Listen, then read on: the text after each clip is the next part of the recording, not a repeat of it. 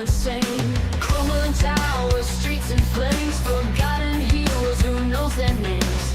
Broken futures, shattered dreams. Hello friends, this is Sam Cheney reporting for Weaponized News. Today, February 10th, 2025. Thank you for joining us on this Monday edition of Weaponized News. Hope everyone's feeling good after that Super Bowl weekend that we just had.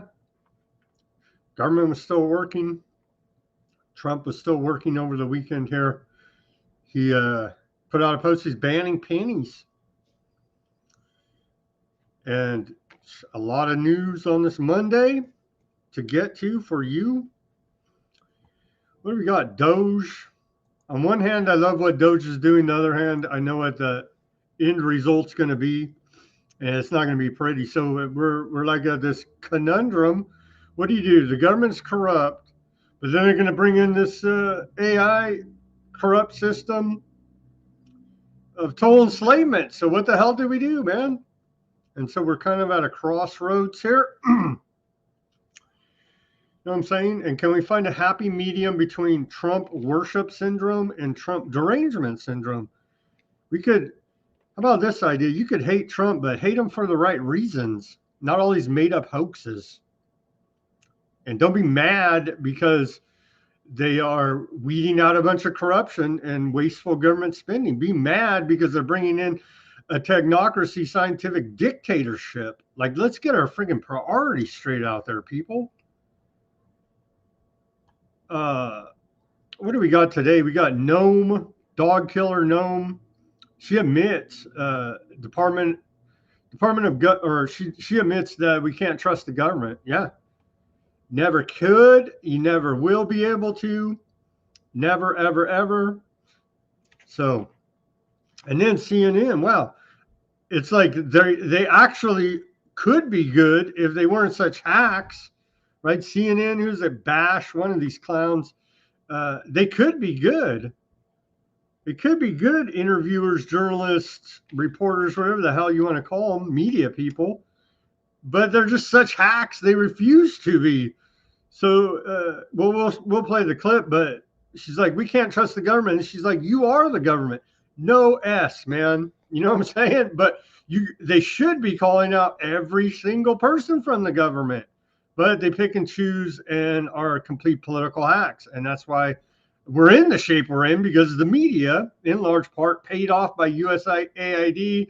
They just have partisan corruption in their heart. I don't know what the hell these people problem is. They're in the secret societies.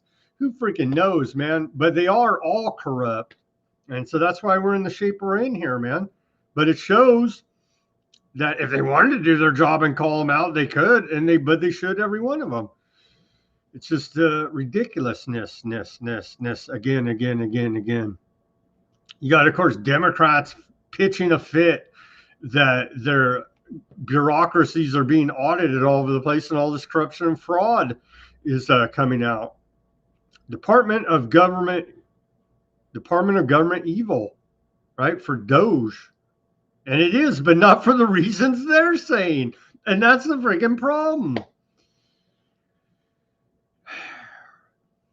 Our shadow president, our good friend, the greatest man in the world, actually, Benjamin Netanyahu, his corruption trial there in Aardvark land resumes today after he came over here for a brief stint of, and then I saw there's a bunch of different debate on the interwebs. Did Bibi even know that Trump was going to say that the United States is taking Gaza? Did he even know? Did the Aardvark government know? I don't know. People are like, I watched a bunch of different clips. They're like, look at the press conference. Bibi's shocked. I'm like, really? Is he shocked? He had to have told them. Did he? I don't know. And then here comes the 5D chess talk again. Is Trump doing 5D chess behind Aardvark's back and just really trying to weed them out? And Aardvark's for last, like the Q told us. I have a hard time buying any of that BS. But all that's out there on the interwebs for your entertainment pleasure. A lot of news to get to. as I said, a bunch of judges, like I said, right, which everybody knew was blocking. They're going to block all these executive orders, as many as they possibly can. And so a bunch of judges are blocking all kind of different stuff. But Trump keeps marching forward, making new executive orders, new mandates, which is his right as the head of the executive. So we got all that to go to. More AID corruption. We got, Palantir is probably in there, running DOGE most likely, right? And so that's all dirty and bad. And we're going to come out the other end of it, total digital slavery. And so, but what do? Just let these corrupt agencies keep going and run us into the ground, or go into digital slavery under Palantir? You know what I'm saying? So, like, I don't know what is the solution. Just abolish it all? That's not going to happen. You know what I mean? That is the solution. Abolish it all, but that's not going to happen. So it feels like we need to make plans for how to deal with Palantir. How do you even deal with it? Insanity there. What else do we got? We got a bunch of Trump. Like I said, he's taking up the news cycle. It is as by design. We got news out of Ukraine. Are we ever going to get an end to that war? We got random stories here and there. Bannon pleads guilty, avoids jail time. Border wall case. Some random stories here and there. Some economy stories. Stories about the economy. Stories about aardvark. Land again. Bibi. Going back, but he's the greatest man that's ever lived. But he is facing corruption charges in his own aardvark home. So there's that going on. They're still killing the hell out of people in Lebanon and Gaza. What was the last? I mean, there is no ceasefire. I guess they're holding up hostages again.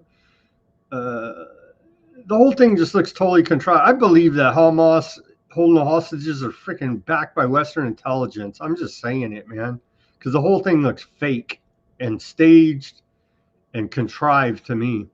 Honestly, as innocent men, women, and children die here now, is what it looks like to me, anyway. And then to wrap it up, we got a documentary, not that long, 40 minutes, but I think it's a good one. Father of Lies, Michael Aquino documentary. He's a former Satanist. Well, he's dead now. Satanist and U.S. Army psychological warfare officer and alleged satanic ritual abuser. And so that's a good guy to be in our U.S. Army psychological warfare division. And so we have a documentary, Father of Lies, to play us out today. Let me get to this day in history. Oh, and thank you to everybody for joining us here now on the Weaponized News Monday broadcast. Oh, and administrative notes tomorrow. We have two guests, actually. Hopefully both of them show up. I kind of double booked. I didn't know. But it seems I sorted out with Thomas from Alpha Mega Energy. Because remember last week I was saying that he's agreed to come on twice a week and co-host and co-produce and get other guests and whatnot. But I think I talked to him over the weekend. I think the normal times for him will be Tuesday and Fridays. So hopefully we can stick to that schedule. And then, like I said, we're going to have him tomorrow. And then also John Coleman, interesting character. We've had him on once before about the Vegas shooting. I don't even know what he wants to talk about. He has a very interesting theory about the whole medical intervention period. Maybe we'll get into that. I know he's done a lot of research on the Trump assassinations. Maybe we'll get into that or just go over current events. I don't know, but he's an interesting character, John Coleman. So that'll be a good guess right there. And then Thomas as well. So I double booked them because I didn't know, right? And so it's hard to be your own producer booker. But anyway, well, both those gentlemen, and it should be a very interesting show tomorrow for sure. And I have a bunch of other people in the pipeline that I have invites out to try to book as guest. I think I have one other guy confirmed, but that's like in another couple of weeks, so I'll make that announcement later. Okay, so that's our administrative news, what the show looks like. So expect Thomas on Tuesdays and Fridays as the co-host, and maybe you can fill in for me because sometimes, I do have a life outside of weaponized news and have to go do other things. But yeah, tomorrow should be a good one. Two very interesting gentlemen. Okay, on this day in history of February 10th, going back to 1846, the Mormons begin their march to Western U.S. on this day. In 1863, the first U.S. fire extinguisher patent was granted to Allison Crane of Virginia. 1863. They could have used those fire extinguishers in LA a few weeks ago, right? In 1879, the first electric arc light was used in a California theater. Electric arc light. In 1897, New York Times begins using slogan, "All the news that's fit to print," and pushing propaganda and lies on us ever since, even before that. But that probably makes it official for them in 1897. They're at the New York Times. More of this climate change news. I know it's horrific. Or I guess they call it, I just hear clips here and there, right? Because it's hard to listen to these people like Kamala, Newsom. It's really hard to just not be so angry and break your screen and all this type of behavior, right? So I don't even want to put myself in that state of mind, but I do hear their clips here and there. And now they're just calling it extreme weather events, right? And so here's an extreme weather event due to man-made climate change dating back to 1899. We saw negative 39 degrees Fahrenheit in Milligan, Ohio. And so, of course, that was due to anthropogenic global warming, climate change. They don't even know what it is anymore. It's just extreme weather events, the weather. In 1904, Japan and Russia declare war on each other. In 1918, Leon Trotsky declares Russia is leaving World War I. Another extreme weather event here, climate change or whatever the hell you want to call it, the weather in the winter. In 1933, we saw negative 54 degrees Fahrenheit in Siena, Oregon, state record. It's freaking cold, man. In 1933, Hitler proclaims end of Marxism. How'd that work out? In 1942, Glenn Miller it was recorded on this day, the first gold record ever recorded as selling 1 million copies, Chattanooga Choo Choo. And that will be my segue today. I never even heard the song, honestly. From the big band era, first ever gold record. In 1947, World War II peace treaties were signed. In 1961, Niagara Falls Hydroelectric Project begins production of electric power. In 1967, the 25th Amendment was ratified, stating the U.S. Regarding the United States President, disability, and secession. They should have 25th Amendmented old Biden, but they love elder abuse, our government does. And in 1992, Mike Tyson was convicted of rape on this day. Let's play the first ever gold record with 1 million copies sold. Glenn Miller's Chattanooga Choo Choo. And then we'll get right to all this news and attempt to cover it.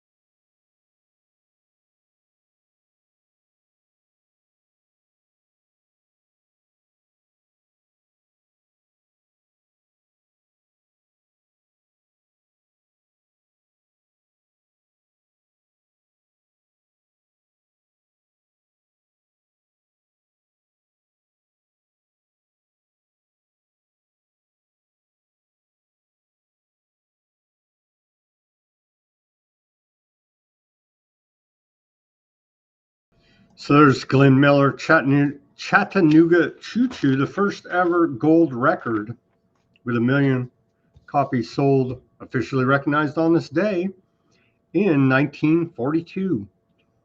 I see over there in the chat, Ruckus. Yeah, we're going to have to coordinate there in the X messaging. And so it looks like we have another co-host here.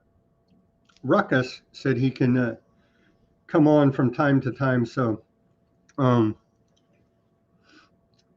that would be good, helping me fill the time and bring some other perspectives to the show, because we try to not, I don't like to always just hear myself think in my own opinion, obviously. Okay, so we'll have to coordinate that. That's good news. Okay, let's get right to it. Let's start with the greatest company the world's ever known, Pfizer. They ran this, they say we're fighting for 8 cancer breakthroughs by what year? What year? 2030. With our fearless anthem to match. Join us in the fight against cancer by understanding your risk factors at, of course, the Pfizer website there. And so let's play this 1 minute Super Bowl commercial. I think it was like, what, $8 million for 30 seconds. So this one cost them, I don't know if you get a deal for a minute. So this cost them some $16 million. And so problem, reaction, solution. They obviously created the problem. And then the public cries out for the solution. Or the public has the reaction of, oh my God, help us, Pfizer, from the problem that you helped create. And then here's their solution. And then the cycle continues like this, you see. I'm sure our audience knows this. I wish more people would come to this realization, but let's go ahead and play Pfizer's estimated $16 million Super Bowl ad, saving the world from the crisis they helped create. Ladies and gentlemen, let's get ready to rumble! Don't call it a comeback. I've been here for years. I'm rocking my pants, putting suckers in fear, making the tears rain down like a monsoon. Listen to the bass go boom, explosion, overpowering all of the competition. I'm towering, I'm gonna knock you out. Mama said knock you out. I'm gonna knock you out. Mama said knock you out. I'm gonna knock you out. Mama said knock you out. I'm gonna knock you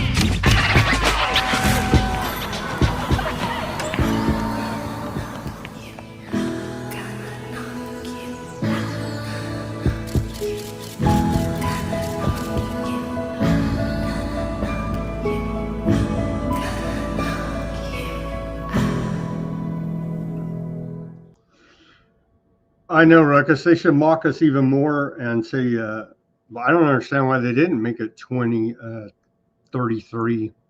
That would be fitting. Be your own champion.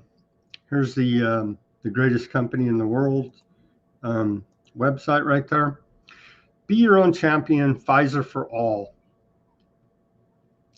And so it is very sad if that kid having cancer. Kids never used to have cancer until they got miracled to death.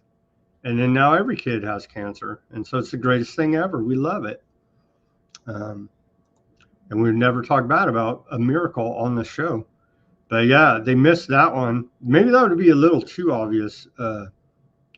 2033. Well, they may have to move their plans back a little bit here because they're naked now, right? The emperor has no clothes, but it doesn't seem like they care. It really doesn't seem like they care at this point. Okay, here's Trump. Here's Trump signing the proclamation declaring February 9th as Gulf of America Day.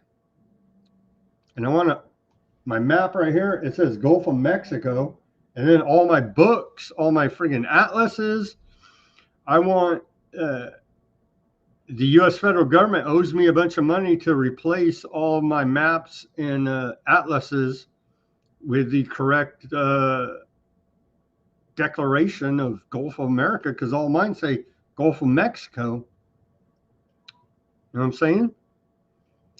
I see Trump proclaiming Gulf of America Day yesterday. And we're flying right over it right now. So we thought this would be appropriate. Even bigger than the Super Bowl. This is a big thing. And almost everybody now has assented to that. Attention on board. Ladies and gentlemen, if you could please direct your attention out the right side of the aircraft. Air Force One is currently in international waters, for the first time in history, flying over the recently renamed Gulf of America. Please enjoy the flight, and we are now about to head westbound to Super Bowl 59. Wow, he did that well.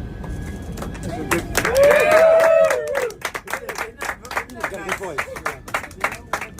Make America great again, right? That's what we care about. Okay, here we go.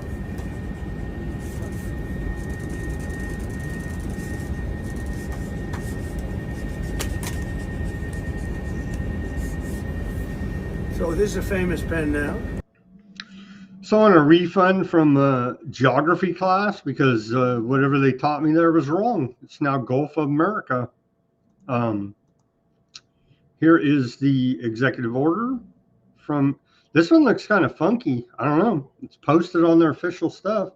It looks real, looks hokey, honestly, but there it is from their official Rapid Response 47 account with the gray check mark right there. So yeah.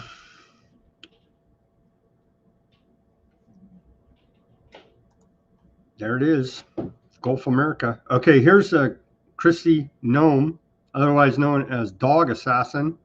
Let's hear her on CNN. And this is what I was talking about.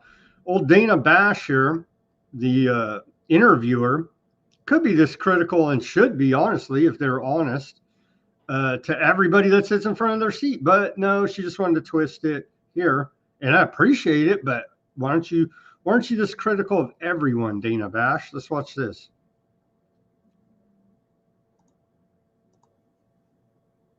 I remember a time when Republicans were very careful about and worried about the government, particularly unelected people. Well, we can't trust the government anymore. Having access to personal data. Yeah. Oh, absolutely. You are the government. Yes, that's what I'm saying, is that the American people now are saying that we have had our personal information shared and out there in the public. Elon Musk has access to it. Yeah, but Elon Musk is part of the administration that is helping us identify where we can find savings and what we can do, and he has gone through the processes to make sure that he has the authority You're totally the president has comfortable with granted it. him. I am today by the work that he's doing by identifying waste, fraud, and abuse. And his information that he has is looking at programs, not focusing on personal data and information. Not focusing on it, but he has access to it. We'll be continuing to talk to him about what all he has access to.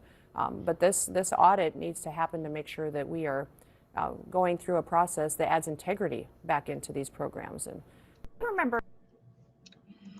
So yeah, don't trust the government. Well, you are the government. Well, don't trust them. Even if it's Barbie, Burnett Barbie, Kristi Noem. Okay, here's and again, the wrong things, hoaxes. Freaking China, hackers, whoever. A bunch of people already have your private data if you didn't already know. Remember China freaking hacked the freaking State Department, all of this stuff. So it's just like beyond ridiculous. Is Elon Musk and DOGE going to sell they may, but it's already out there. It's already out there. Are they going to sell it on the dark web? But no talk of the coming technocracy here now that we're literally in the midst of. But here's, of course, the Democrats have to stage it up. They're outraged, but they're outraged about the wrong thing, as usual, sending their supporters down the path of zero. Because I do believe the majority of, at least taxpayers, if you don't work for the government and you're a taxpayer, you're like, what the hell? Audit the hell out of them. Let's get to the bottom of this. Weed out the waste, fraud, and abuse, like they said. Get rid of the corruption. Any sane person would approve of that. Democrat, Republican, or whatever the hell you are, independent, everybody in between. But here is, who is this guy? Representative,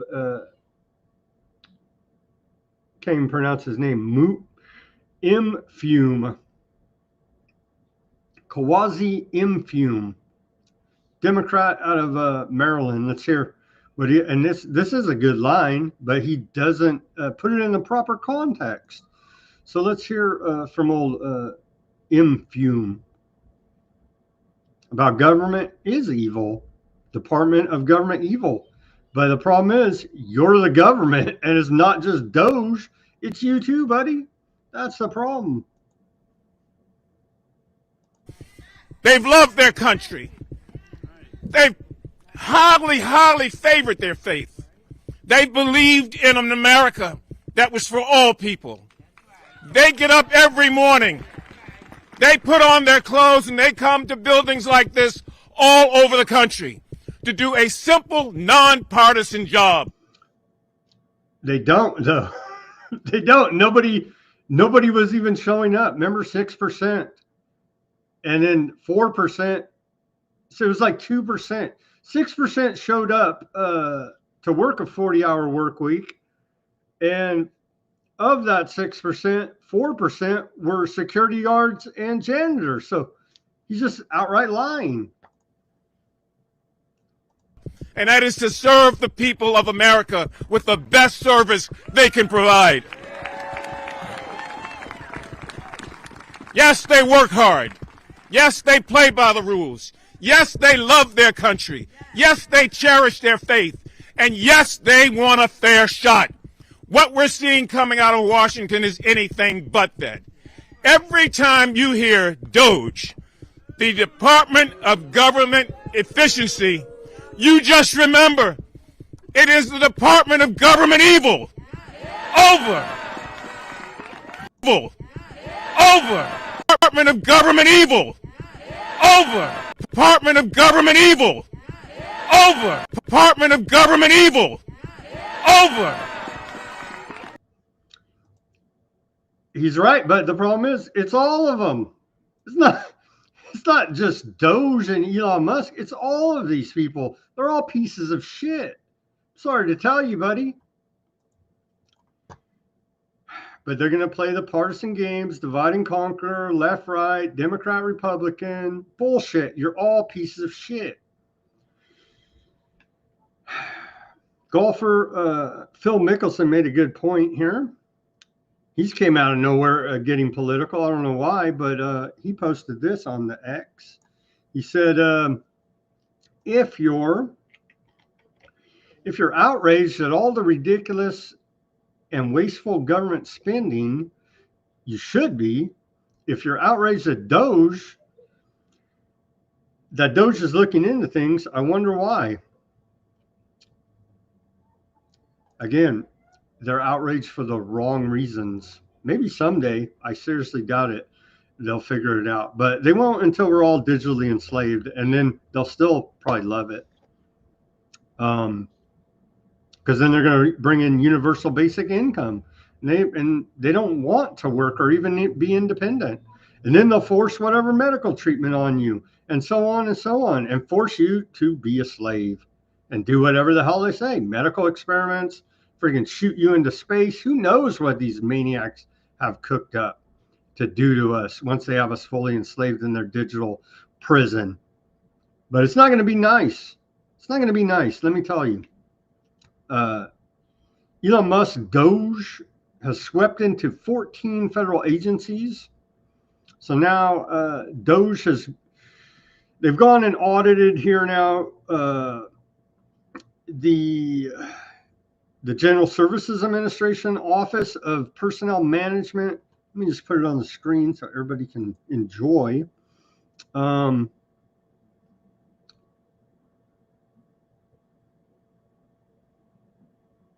Let's see. Barry says that the usual trolls are back on the Odyssey. I don't know. What does it hurt Odyssey? I don't know. Odyssey don't care. Yeah, it's the aardvarks behind everything. You know what I mean? That's all they say. And so, like, yeah, we cover that extensively here on the show. I don't know what to tell you, trolls. They'll call me a aardvark. So whatever, man. Have fun trolling. Okay. DOGE. So they visited all these guys, U.S. Digital Service, now DOGE, General Services Administration Office of Personnel Management, and they've also sought data from the Department of Agriculture, Commerce, NOAA, Defense, Education, Energy, Health and Human Services, CDC, CMS, Department of Homeland Security, FEMA, Housing and Urban Development, Interior, Justice Department, Department of Labor, State Department, USAID, the most famous one right now, getting all the coverage, Department of Transportation, Treasury, Veterans Affairs, and the EPA. And so indeed, it was much needed. It was much needed. And so this is a part of me. I love it. I love it. But what do we have? What do we have to look forward to? I think I'll, here you go.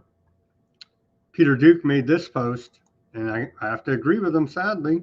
They're mocking you. They're mocking us.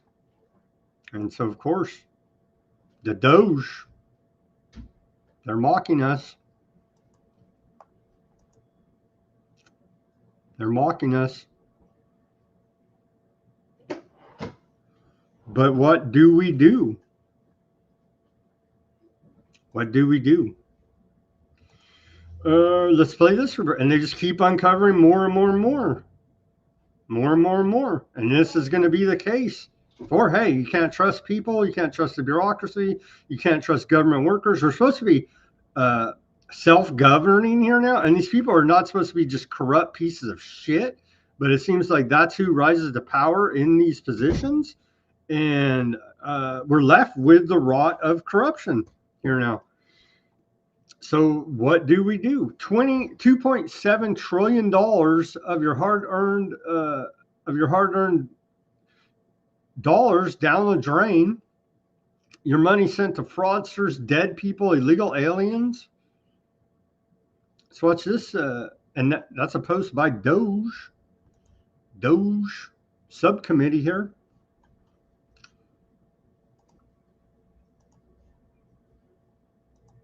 $170 billion in improper payments last year. $247 billion. Billions blown on improper payments. Made to people that should not have received them. Overpayments, payments to the wrong recipient. Dead people received more than $530 million last year in pension payments. Medicare paying $47 billion. Hundreds of billions of dollars. Medicaid improperly issuing $81 billion. $644 million was fraud. And $764 billion under 3 years of the Biden administration. These improper payments have piled up to a total of $2.8 trillion. $20 billion per month, or enough to pay for 5 years of U.S. foreign aid to all countries. For every man, woman, and child across the country, it was $850. Now, who is receiving these payments? Well, in some instances, dead people.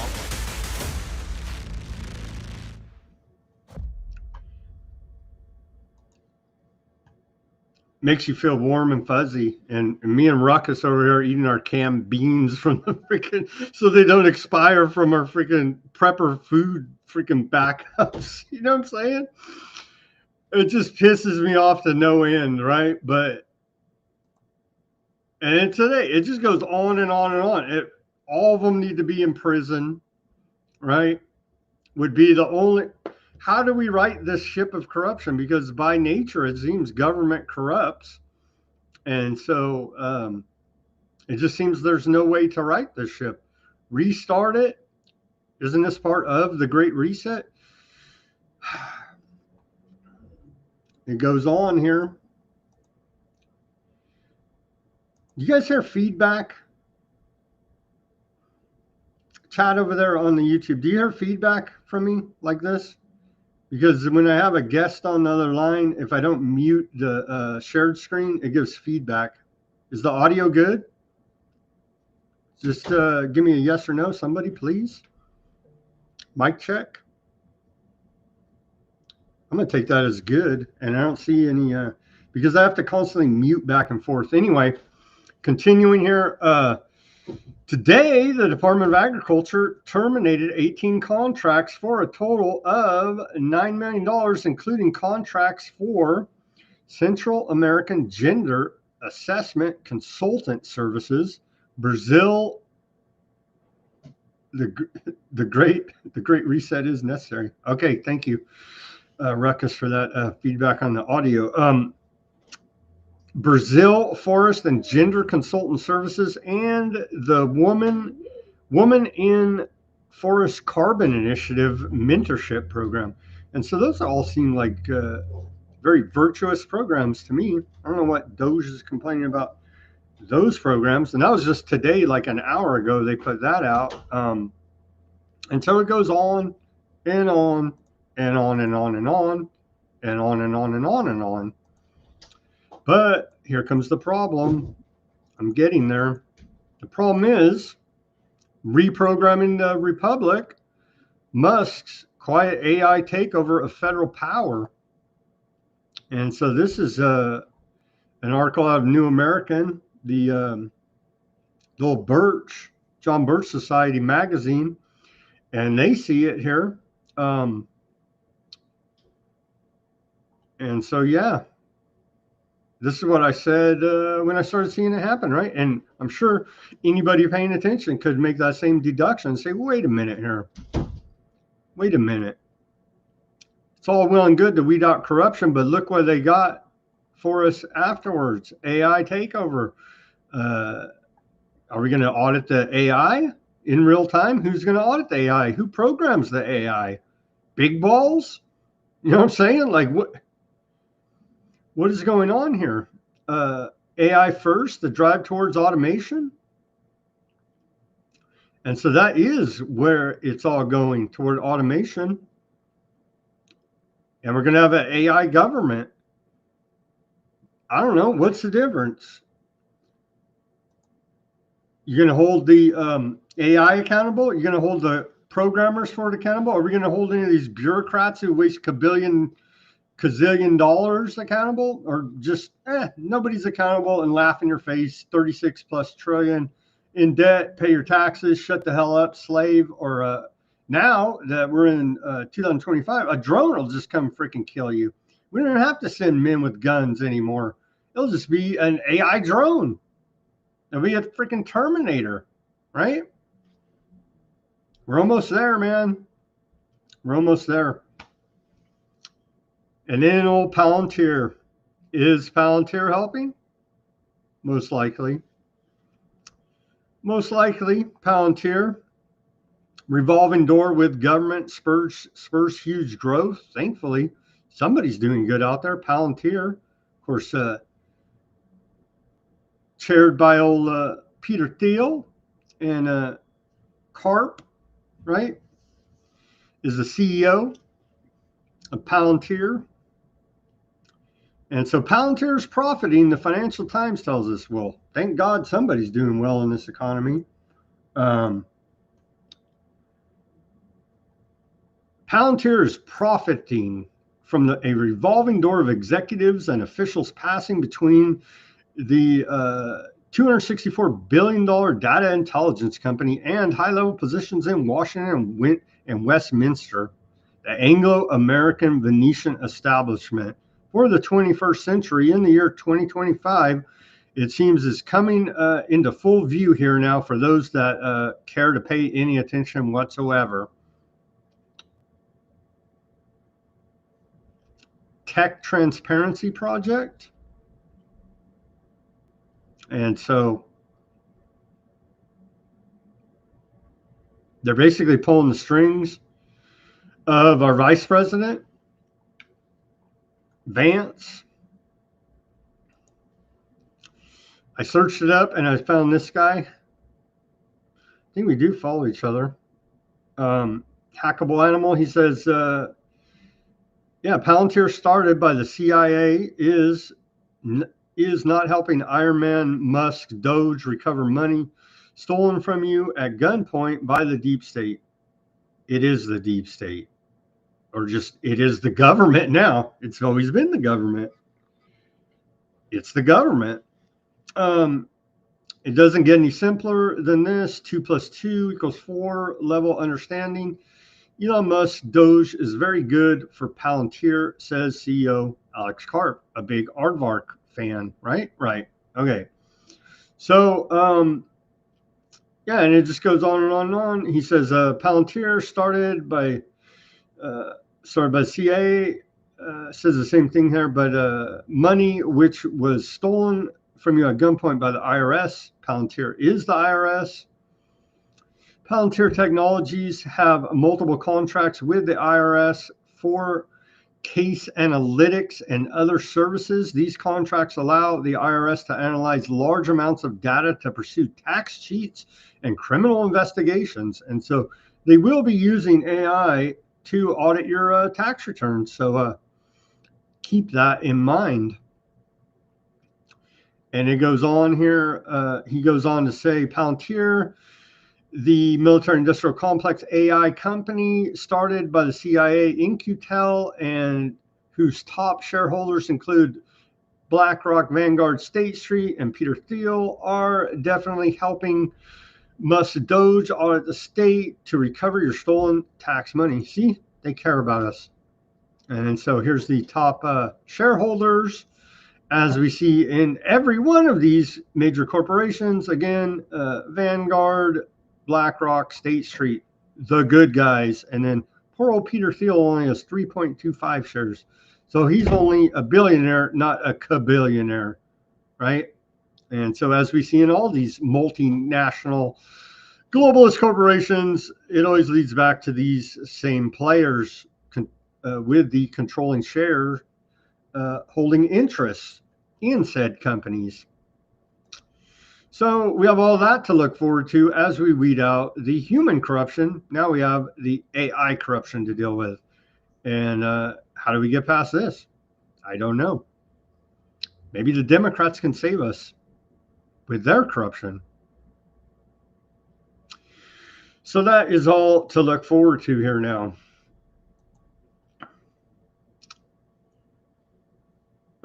Do we want to cover this? I guess so. The Cybertruck appears to be more deadly than the infamous Ford Pinto, according to new analysis. And so, God forbid that would be the case.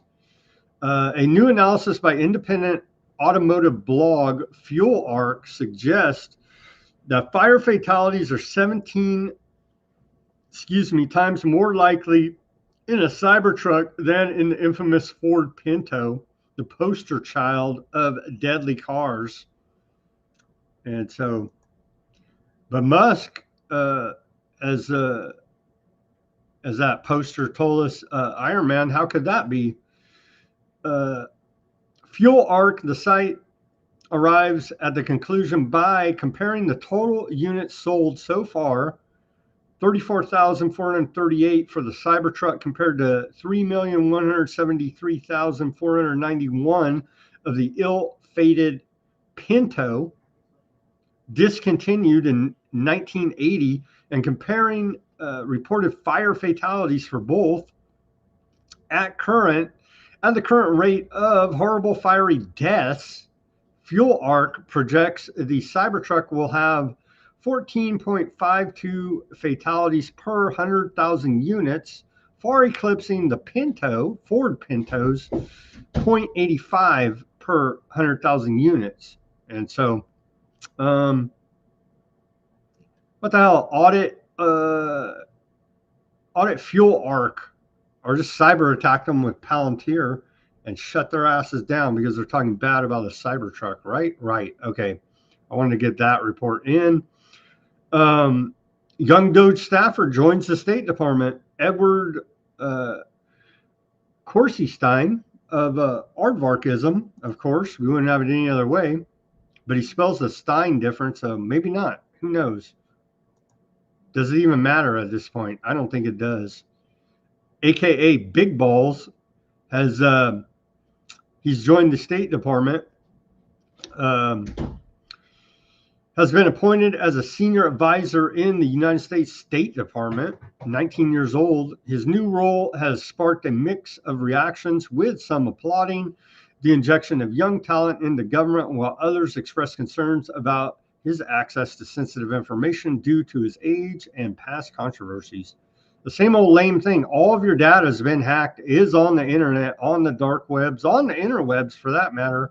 And so this is a false argument. And so bring us the real argument that we're afraid this guy's a freaking, a freaking robot. Who knows? But that never even enters the discussion with all of their hoaxes. Trump's inaugural twist and federal judges ruling on Musk's access. A federal judge a few hours ago, it's been reported, has issued a temporary block on Elon Musk and his team from accessing sensitive U.S. Treasury payment systems and related personal data. This legal action stems from concern raised in the lawsuit filed by 19, I think we covered this already, but reiterating again, by 19 states regarding potential disruption to public funding. Additionally, during his inauguration, Trump notably did not place his hand on the Bible, breaking with the long-standing tradition. And so was that a legitimate inauguration? And I saw Rekha say, was that a legitimate signing of the Gulf of America Declaration over international waters? I don't know, Scooby. Federal judge halts Trump buyout plan amid legal review. A federal judge in Boston has extended a temporary block, because remember it was extended to today, but now they're extending it again. Block on Trump's initiative to buy out federal workers aimed at reducing government size. Over 65,000 employees have reportedly accepted the offer. Before the judicial intervention, the judge will issue a preliminary injunction ruling to decide the legality of the fork in the road buyout program, which has sparked debate over its impact on federal employees and government efficiency. Trump's firing authority challenged in court by special counsel. They're now head of the U.S. Office of Special Counsels, Hamilton Dellinger, this guy right here. And so the attorneys are still going to make money. Make no mistake about that. Office of Special Counsel has initiated a lawsuit against President Trump following his dismissal via a one-sentence email. Dellinger, responsible for enforcing whistleblower protections and the Hatch Act, contends that his firing violates statutory protections which allow removal only for specific reasons like inefficiency or neglection of duty. Well, they were neglecting duty. They didn't even show up for work. Judge blocks Venezuelan migrant transfer to Guantanamo. A federal judge in New Mexico issued a restraining order on yesterday, preventing the Trump administration from transferring 3 detained Venezuelan immigrants to Guantanamo Bay, Cuba. These individuals, linked to the Tren de Aragua gang, were detained in New Mexico and sought to avoid the transfer through legal action. The court's decision highlighting the ongoing tensions between judicial oversight and executive authority over immigration policy. Here's the judge. And we're going to continue to see all of this stuff challenged. Whistleblower portal launched by Senate Democrats. And so thankfully, amidst all the corruption, Senate Minority Leader Chuck Schumer will save us, save America, and put on his Mr. America suit. And so we do love Chuck Schumer of Aardvarkism. Chuck Schumer and Gary Peters have initiated a new online whistleblower portal aimed at federal personnel. This platform seeks to collect complaints related to corruption, abuse of power, and other misconduct within the Trump administration. While the launch has sparked political debate, which critics suggest motivates a political targeting, and the portal's creation highlights an effort to bolster oversight and transparency in government activities. Where was it the last, I don't know, 50 years that freaking Schumer's been in the government? Where's this concern been? But here it is. So blow the whistle on Trump wrongdoings. How about all wrongdoings? And so there it is. Democrats.senate.gov/whistleblowers. Make your reports there. But can we report on Democrats there or independents or whoever, the entire government? I don't know. But Senate Democrats are looking out for government corruption, let me tell you. And so, is this called irony, hypocrisy? I don't know. One of those things. But I'm glad to see old Chuck Schumer's now on the cleaning up government corruption bandwagon, along with DOGE. FEMA funds controversy, luxury for migrants amid disaster relief concerns. Recent social media posts highlight controversy over the FEMA allegedly allocating $59 million last week for housing migrants, illegal aliens, in luxury hotels in New York City. Critics include high-profile individuals like Elon Musk claim this spreading contravenes an executive order and diverts funds intended for American disaster relief. And so indeed, we got East Palestine still, right? We got North Carolina, that whole strip there, wiped out by Hurricane Helene, flooding, and the like, extreme weather events. We got Maui still to deal with, and we got LA still to deal with, imminent disasters that they gave the people $700 and literally laughed and spit in their face while we're propping up illegal aliens in luxury hotels in New York, even under the Trump administration here now. So under Biden, FEMA took money away from Americans in need of disaster relief. But now it's still going on. Well, illegals are better than Americans, but it's been going on. Here's some other highlights. DHS announces $380 million in additional funding to communities receiving migrants, illegal aliens. FEMA awards $110 million in food and shelter assistance programs to illegal aliens, and it just goes on and on and on. You can see here $77 million, $104.6 million to New York, $12 million, and $340 million as Americans get $700 some odd dollar relief bailout program to not be able to go back to your land and to get forced into a 15-minute digital slave system, helped along by DOGE and Palantir, thankfully. Is old Transportation Secretary Sean Duffy, he visited Tennessee and North Carolina to assess the damage.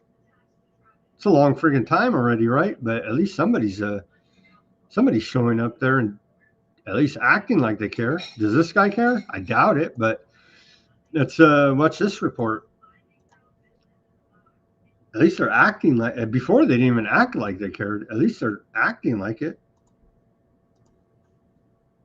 So you see I-40 here behind me. This is the eastbound lane. It is completely washed away for much of the section between North Carolina and Tennessee. And so our role as the Department of Transportation is to provide money and expertise to the two departments in, again, North Carolina and Tennessee to rebuild this important stretch, this important artery that connects people and commerce, not just between the states, but across the country. And so we're out here looking at the damage and assessing how much money it's going to cost to do this rebuild. And by the way, it is going to be billions of dollars to rebuild just this stretch of the highway. Also, it's going to, as you see, it's been washed out through here. It's going to take rock to fill this back in and build the roadway back up. Well, we can get rock 30, 40 miles away. It's going to take a lot of time and a lot of money, but the Forest Service can partner with us, and we think they're really close. Just about 1.5 miles over this mountain, we can get access to rock that'll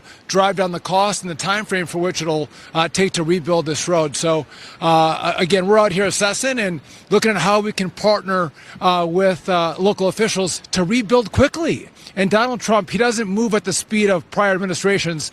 He moves lightning quick. So we want to go fast, we want to go cheap, and we want to go safe. We'll see. We're going to have to follow that and see what they do.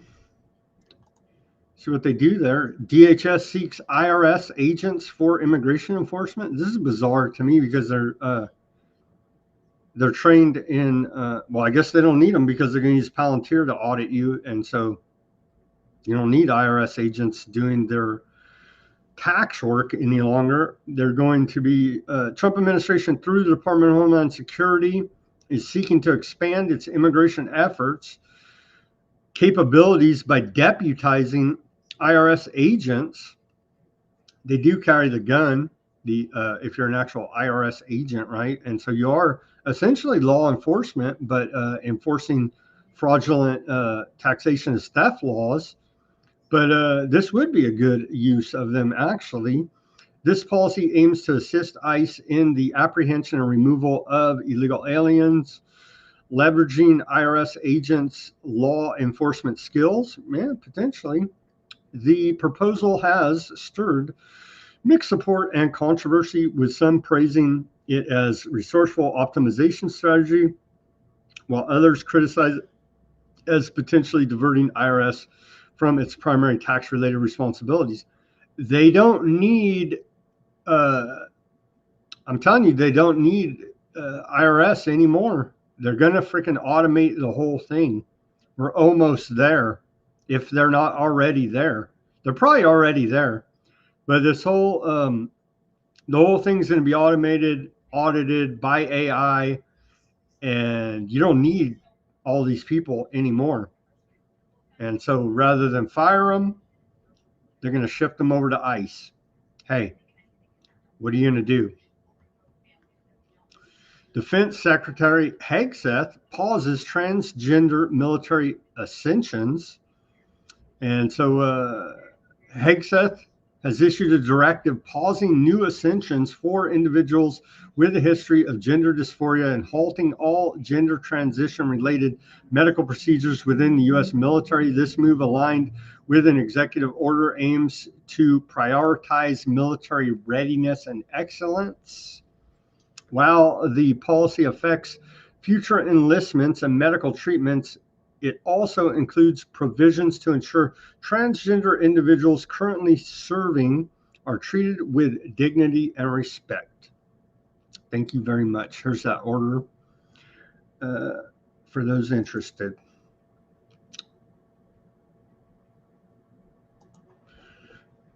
Continuing here. Trump dismisses military academy boards over ideological concerns. Trump has dismissed the boards of visitors overseeing the U.S. military academies, specifically targeting those for the Army, Air Force, Navy, and Coast Guard. This move stems from Trump's claim that these academies have been influenced by what he describes as woke leftism ideologues over the past few years. The action signifies a broader initiative to realign the military academies with traditional values. And here's the post from Trump about that. We must make the military academies great again.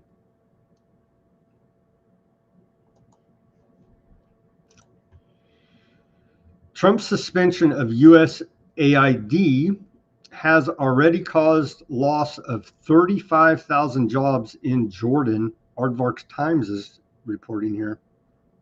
And so that's very sad to see us not funding 35,000 jobs in Jordan. Wait a minute. Our unemployment rate is like over 20% if you're using the real numbers. Wait a minute. Huh? Well, Jordan's going to have to find a way to employ those people. And so, I don't know, man. He's trying to leverage Jordan to take Palestinians. I guess they're going to do whatever the hell we say because our military's there, and they will just point the big guns at them if they don't shut the hell up and do whatever we say. That's America. Trump loosens enforcement on U.S. law banning bribery of foreign officials, Reuters tells us here. No. And so on Monday, Trump signed an executive order directing the Justice Department to pause prosecutions of Americans accused of bribing foreign government officials while trying to win business in other countries. The order is aimed at restoring American economic competitiveness by ordering revised reasonable enforcement guidelines for the Foreign Corrupt Practices Act.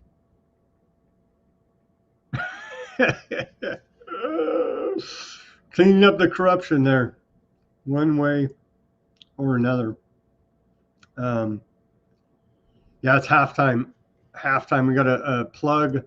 And we're almost there, guys. Thank you for reminding me, Barry and Ruckus. Yeah, we're almost there. And Thomas has pitched in too, by the way, on this endeavor to, and thank you to everybody who has subscribed to our YouTube. Our live commercial break for everybody new is to plug our campaign to go ahead and get our 3,000 hours viewed. We have 507 subscribers now on YouTube. Thank you to everybody who has jumped from the other channels and give me that subscription. It has helped.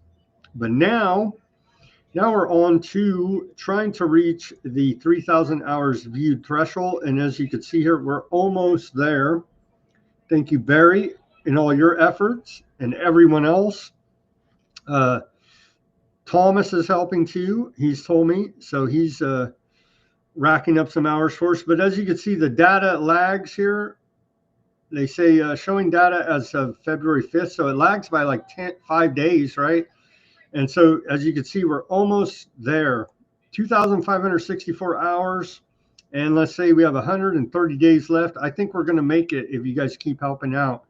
And so we need what? Like 400. Let's just say 400 more hours watched. And how can you help us achieve this 3,000 hours watched threshold to achieve YouTube monetization? You can simply go to Weaponized News YouTube channel, scroll to the bottom here, push play about the New World Order. We have 12 documentaries here from the Russian and Chinese perspectives, the Russian and American nuclear doctrines, documenting the genocide in Aardvark land there from the UN. And we have BRICS documentary. So we have 12 documentaries about the New World Order, the new era, the multipolar world we're finding ourselves ever so quickly approaching. And so you can simply get educated up on these matters by watching the 12 documentaries, or you can push play, mute, and walk away. However you may give us the viewing hours. We truly do appreciate it. So scroll to the bottom, documentaries, push play, mute, and walk away, or get educated up on these important issues as we're in February 2025, racing toward a one world government. Who's going to control it? That is the only question. The rules-based international order seems to be really degrading at a rapid pace. So that's going to be the battle for the future. Who is going to control as the U.S. empire is losing power and influence all around the world? Trump's move to just take Gaza doesn't seem to be improving relationships, but we shall see as a part of the deal, right? So we shall see what Trump pulls out of his rear end on that front. And thank you again to everybody who has subscribed and helped us reach our viewing hours threshold, 3,000 hours in 365 days. We're almost there. So thank you to everybody in the audience who has helped us with this campaign. Trump ousts Director of Office of Government Ethics. I didn't even know there was such a thing. The government has ethics? What the hell is this about? This is news to me. Trump ousts Director of Office of Government Ethics. Isn't that an oxymoron? Government ethics? On Monday, Trump removed the Director of the Office of Government Ethics, an independent agency responsible for overseeing ethics rules and financial disclosure for the executive branch. OGE has been notified that the president is removing David Hutima as director of OGE. Total failure. They should disband the agency, actually. We do want oversight of the Trump administration, of course, but they obviously failed at oversight of the Biden administration. That's for damn sure. So, yeah, let's put somebody that will give us good government ethics, which is an oxymoron in and of itself and basically impossible, as Trump rolled back foreign bribery for U.S. bribery of foreign officials oversight, as we reported earlier. So it is comical. You have to laugh to keep from crying here at this point. But I honestly didn't even know the government had an Office of Government Ethics, because they have no ethics, and they're literally mocking us with such an office. Okay, continuing here. White House expands to Rumble for transparency. And so another one, Rumble, not transparent. I guess they let you have free speech. I don't know. Their algorithm sucks. Because as many freaking videos as I've uploaded, I would have more. I don't even have 1,000 subscribers on Rumble. But we know everything's rigged, shadow banned, however you want to call it. I get more action on freaking YouTube, right, than on Rumble. We do get quite a few views, though. Honestly, people watch after the fact, but the subscribers are not there, and like nothing. I did go viral one time with freaking I can't even remember the guy's name now off the top of my head, but during the medical intervention in the heart of. So I will give Rumble credit for that. I interviewed dude about the miracles.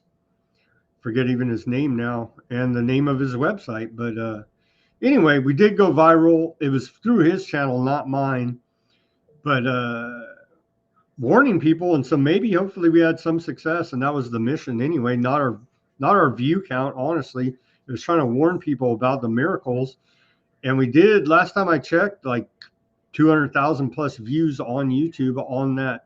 Timely at the time, it was very important to get the word out after being banned off everything else.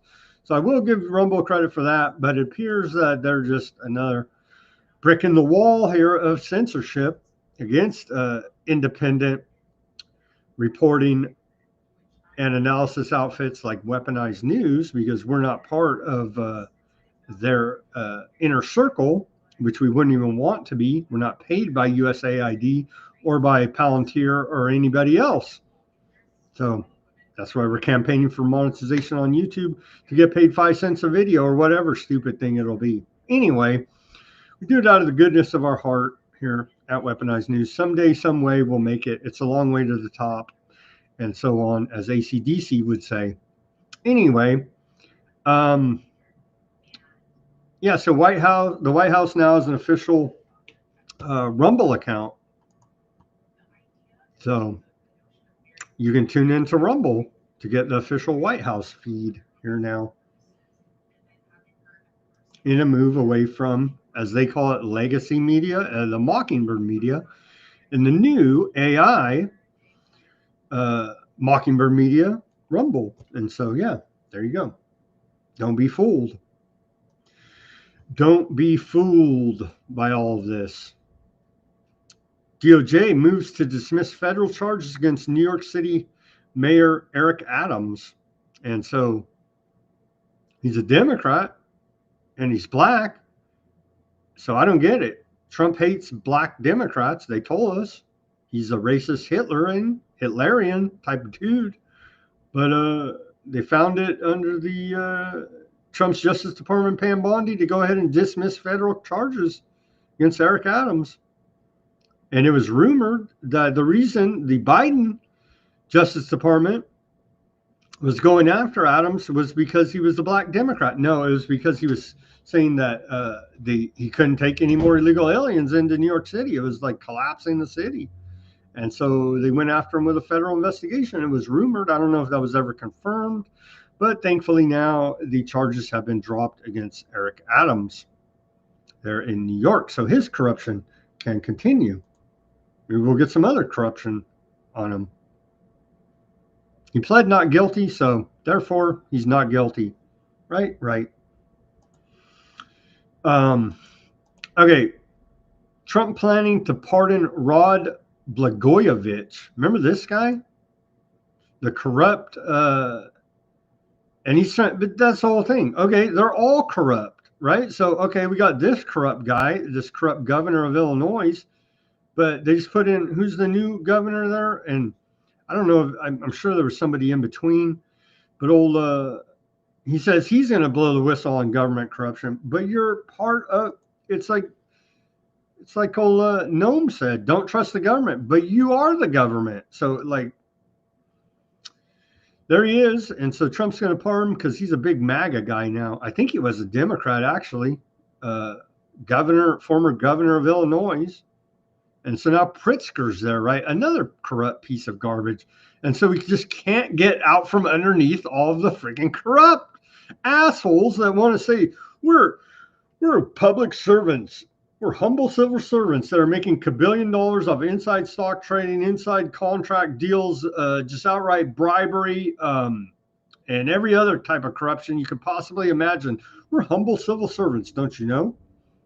And so how do we get out from underneath this and actually honestly self-govern ourselves as our system is allegedly set up to do? It's just quite a conundrum now we find ourselves in, isn't it? Okay. Looking forward to his pardon. Tomorrow,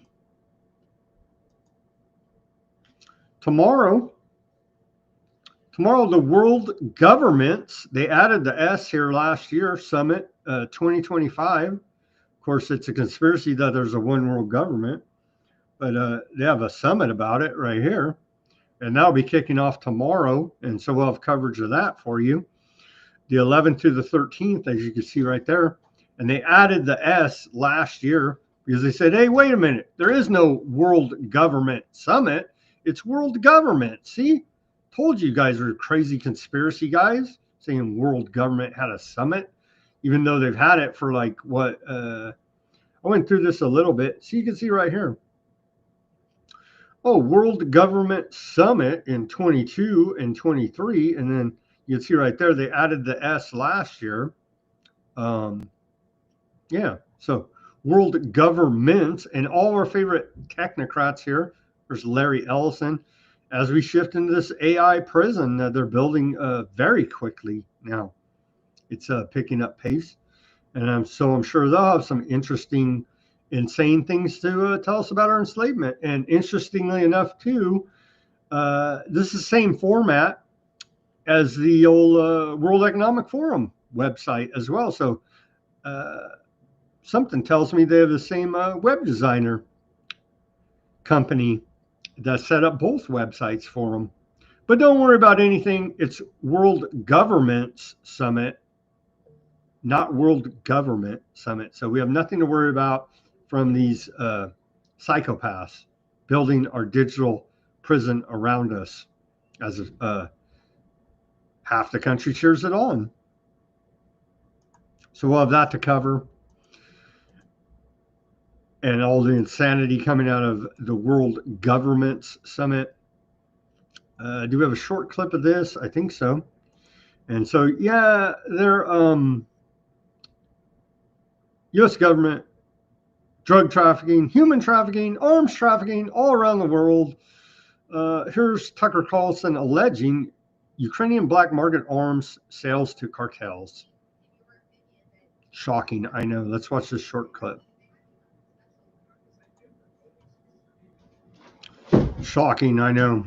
Remember Fast and Furious, where the Obama administration shipped Operation Fast and Furious? They shipped guns down there to demonize the right to self-defense and down to Mexican drug cartels, and actually killed a government agent. Remember that whole debacle, scandal? No one got in trouble. And so why should anybody in the government ever get in trouble for any crime they ever commit? They're the government. They're the good guys. Okay, shout out to Jones Plantation. As I know, many fans of this show are fans of that as well. They've had a breakthrough here now, it seems. They've had a breakthrough. They've got a professor. Let's just put it up here on the screen. Shout out to those guys and their good work. They say, legend, this professor has the integrity and guts to teach Jones Plantation to his students at Brock University in Canada.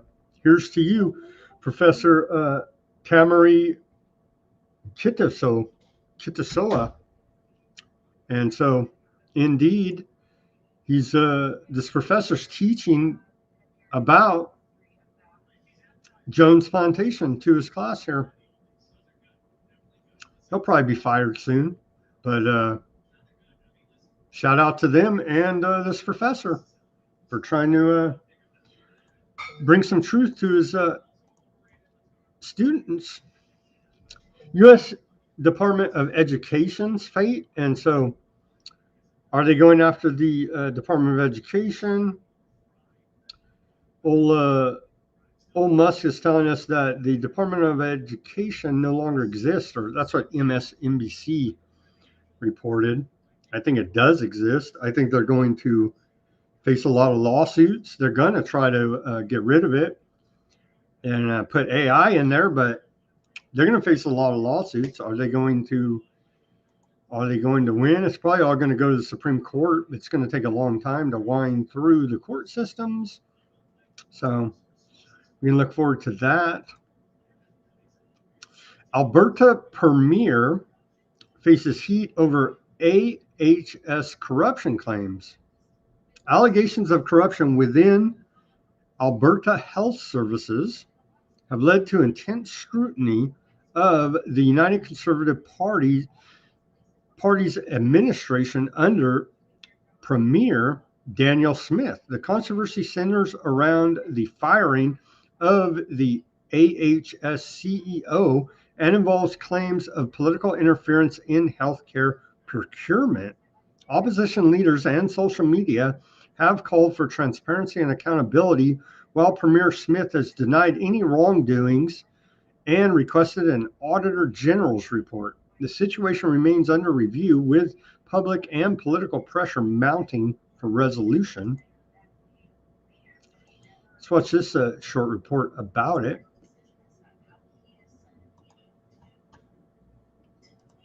Danielle Smith has an established history of dishonesty.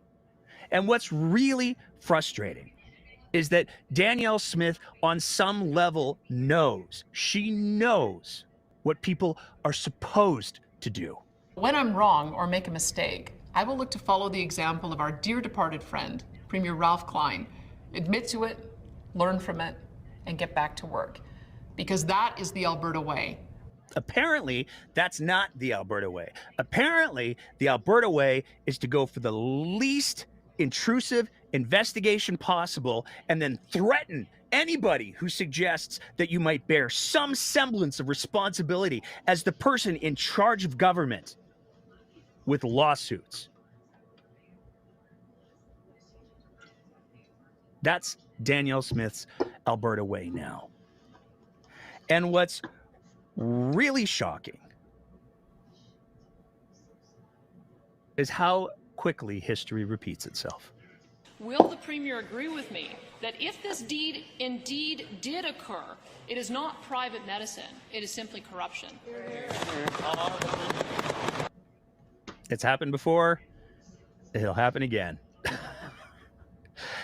And until people start to stand up and demand that the people who are responsible for these things are held accountable, they will continue to try to get away with it.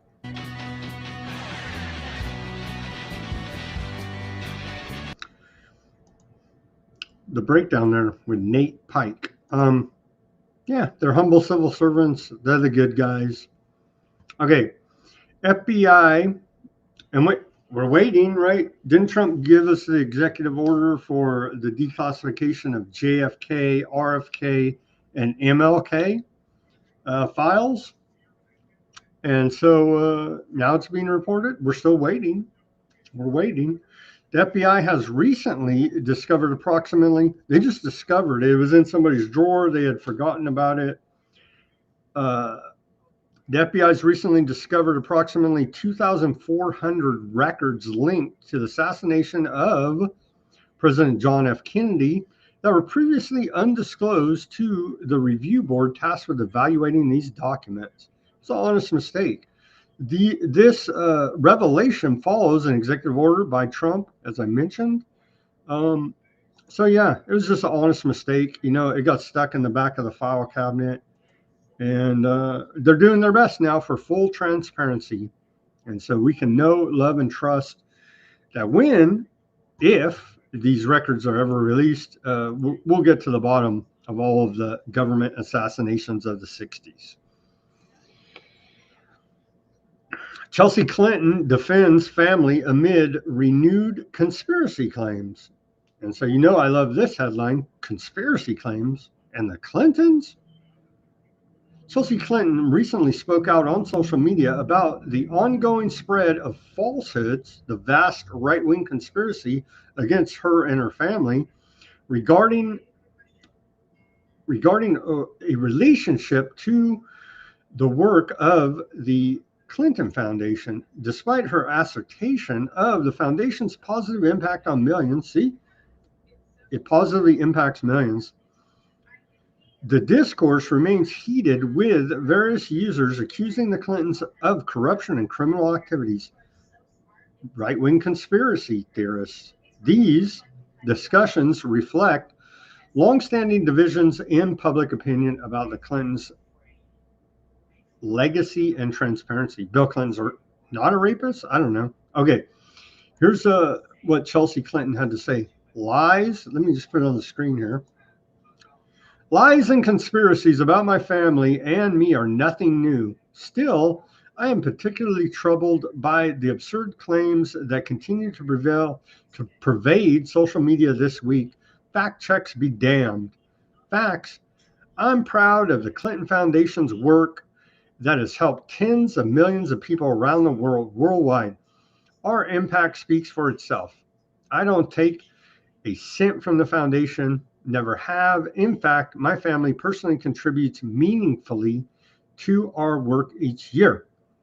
Misinformation isn't just noise, it's a weapon. Weaponized? Who is weaponized? Where have we heard that term?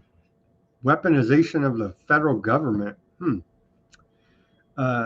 Efforts to undermine good work won't stop us. And we stand in solidarity with those who are committed to truth, public health, progress, and endless potential of our future. Editor's note, committed to eugenics depopulation agenda. There, I fixed it for her. And so, yeah, we are also against the vast right-wing conspiracy, Chelsea Clinton, and the weaponization of information against us.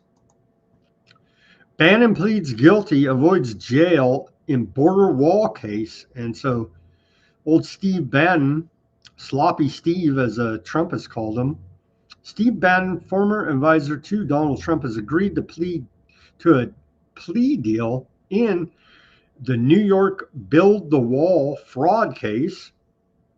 According to his attorney and multiple reports, Bannon will plead guilty but will avoid serving any jail time. The deal pertains to charges of conspiracy and money laundering related to fundraising efforts for Build a Wall on the New York on the U.S.-Mexico border. Excuse me.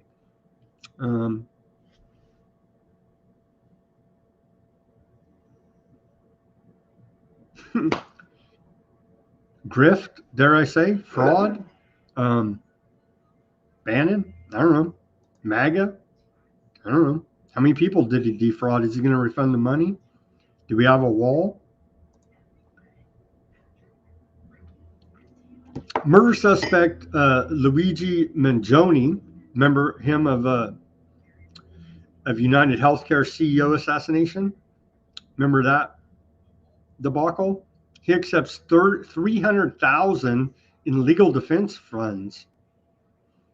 Of course, he was accused of the murder, assassination of United Healthcare CEO Brian Thompson in New York last December. He's accepted nearly $300,000 in donations for his legal fund. The funds were raised through a crowdfunding campaign managed by Karen Agonaflio, surpassing expectations with contributions from over 10,000 donors. This financial backing comes as Mangione faces potential capital punishment upon conviction. Yeah, he's probably going to need a whole lot more than that. Probably a whole lot more than 300,000. Of course, the quote right-wing conservatives are out there just outraged by this. What do you expect? Again, I'm honestly surprised it doesn't happen more often. Not advocating it in one little bit, but these companies, United Healthcare, has denied people care and caused people to die and jacked up people's premiums and so on, and been a dirty ass corrupt company. And so you expect that at some point in time you do the wrong person wrong and it comes back to you. And not saying it's right, but the whole fake right-wing woke right outrage over it is just, it's stupid, because what do you expect?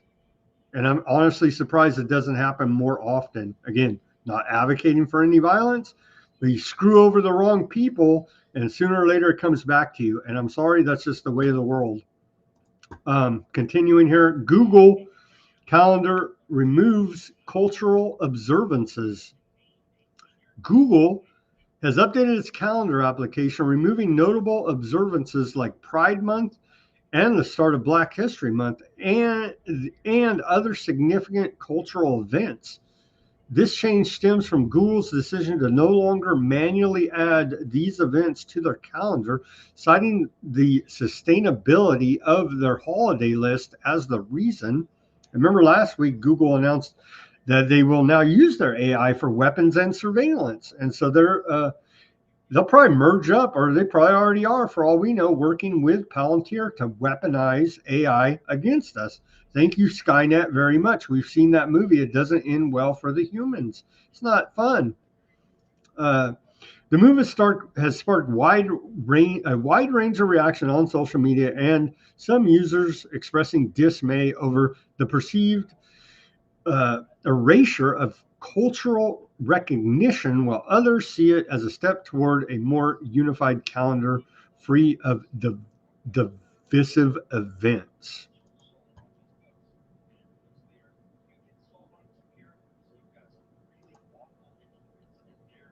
And so now the pendulum is swinging back the other way.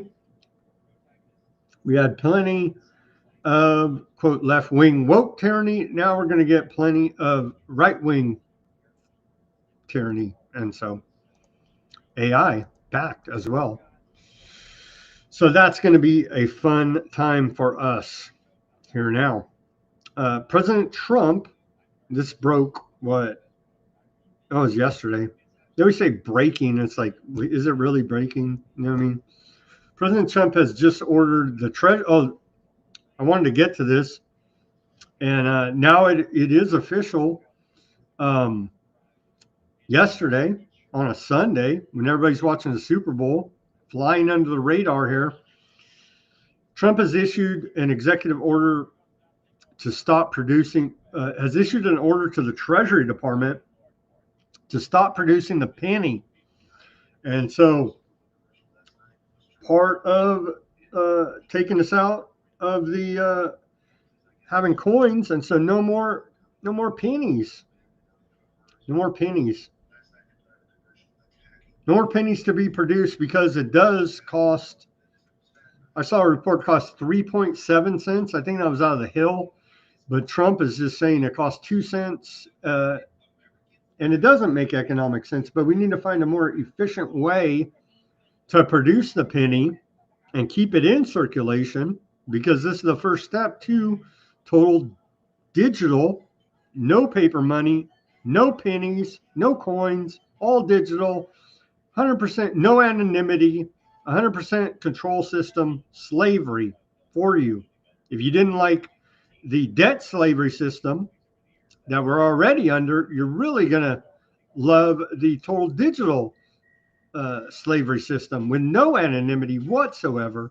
We're going to have to go back to bartering with shells or tally sticks or something like this. So yeah, no more pennies to be produced. So I guess some of your pennies will become more valuable coins, numismatically speaking, here now. And so remember the old wheat pennies? Those, well, they're already out of production, but now maybe your 2024. Have they even minted? I don't even know. Have they minted 2025? Keep an eye out for 2025 pennies. If any have been minted this year, they may become a valuable collector's item in the numismatic collectible coin market. So, yeah, that happened yesterday as everybody's watching the Super Bowl.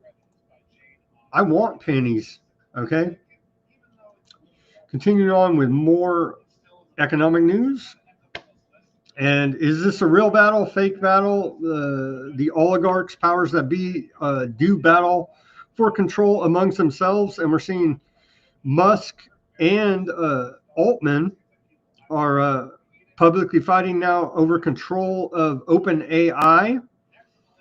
Elon Musk and a group of investors has made a public offer of $97.4 billion to purchase the nonprofit that controls OpenAI, the makers of ChatGPT. And so is this all just for show?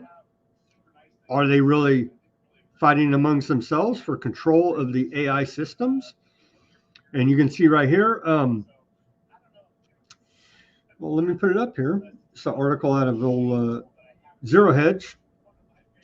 And so Musk made the offer publicly, and Sam Altman replied back, no, thank you, but we will buy Twitter for $9.74 billion if you want.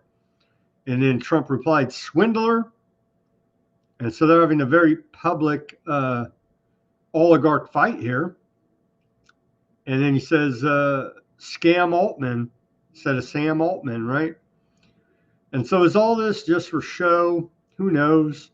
I do believe that the oligarchs will fight each other for power, but we can't trust any of them, right? Right. So Musk is the good guy right now, playing that role, but let's be realistic. The end goal of all of them is total AI scientific dictatorship, technocracy. Okay, 500 plus eggs whisked away in Seattle breakfast heist. And so we reported last week about the 100,000 eggs stolen.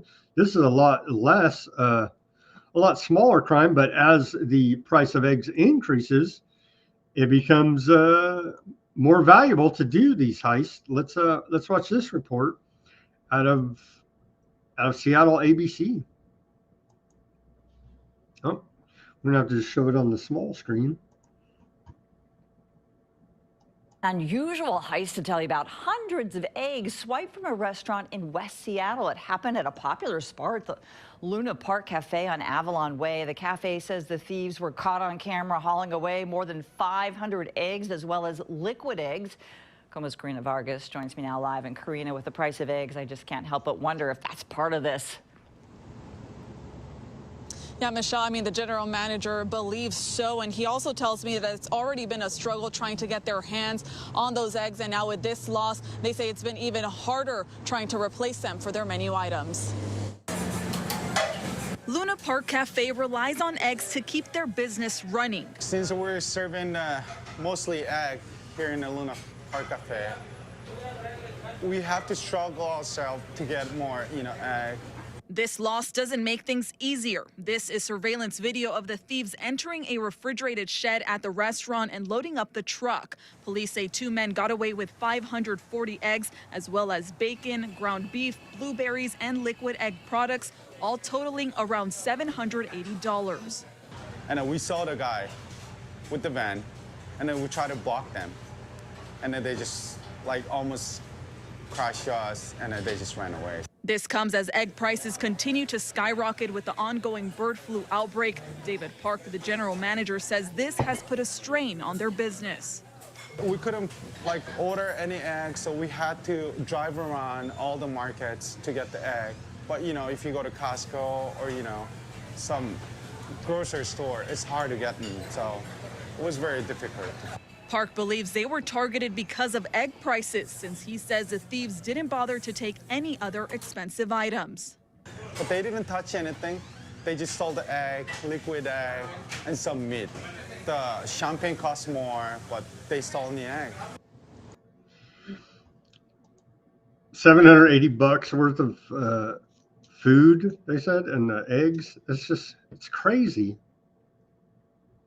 Is that even worth doing a robbery like that? I guess in Seattle they don't punish you. So, but who does it hurt? The small business.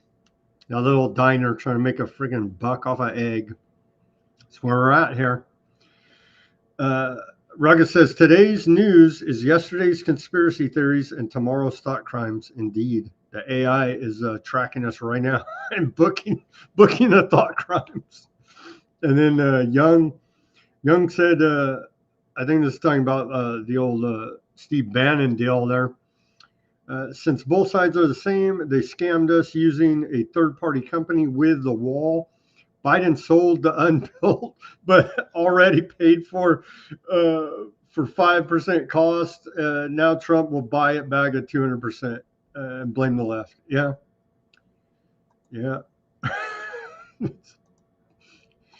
Respect the scam, man. McDonald's U.S. sales drop as customers spend less. The Wall Street Journal tells us.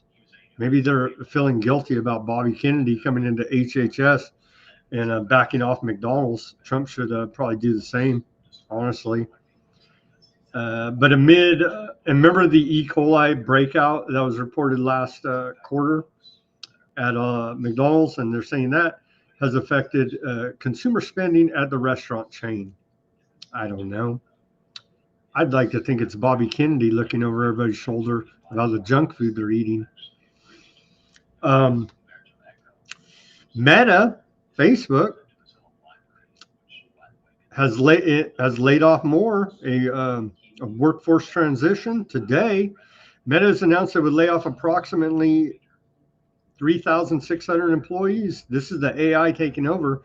And so Meta in November of 2022 laid off 11,000 people, 13% of its workforce at that time. In March of 2023, it laid off 10,000 people, 12% of its workforce.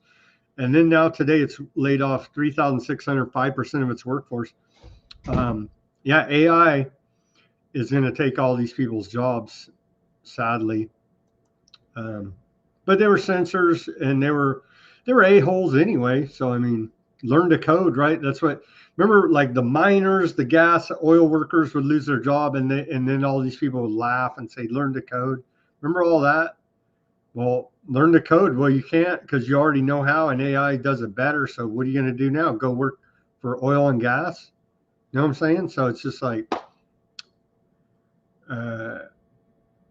Skynet and all of us humans need to come together, but we won't, sadly, and we'll blame the left, or we'll blame the right. We'll blame the blacks, we'll blame the whites, the Catholics, the Protestants, whatever, the aardvarks, and AI will take over. And we've seen that movie. We've seen that movie Terminator, and it doesn't end well. Seems every day it seems more and more like Terminator was a documentary. Congress advances stablecoin regulation with varied proposals.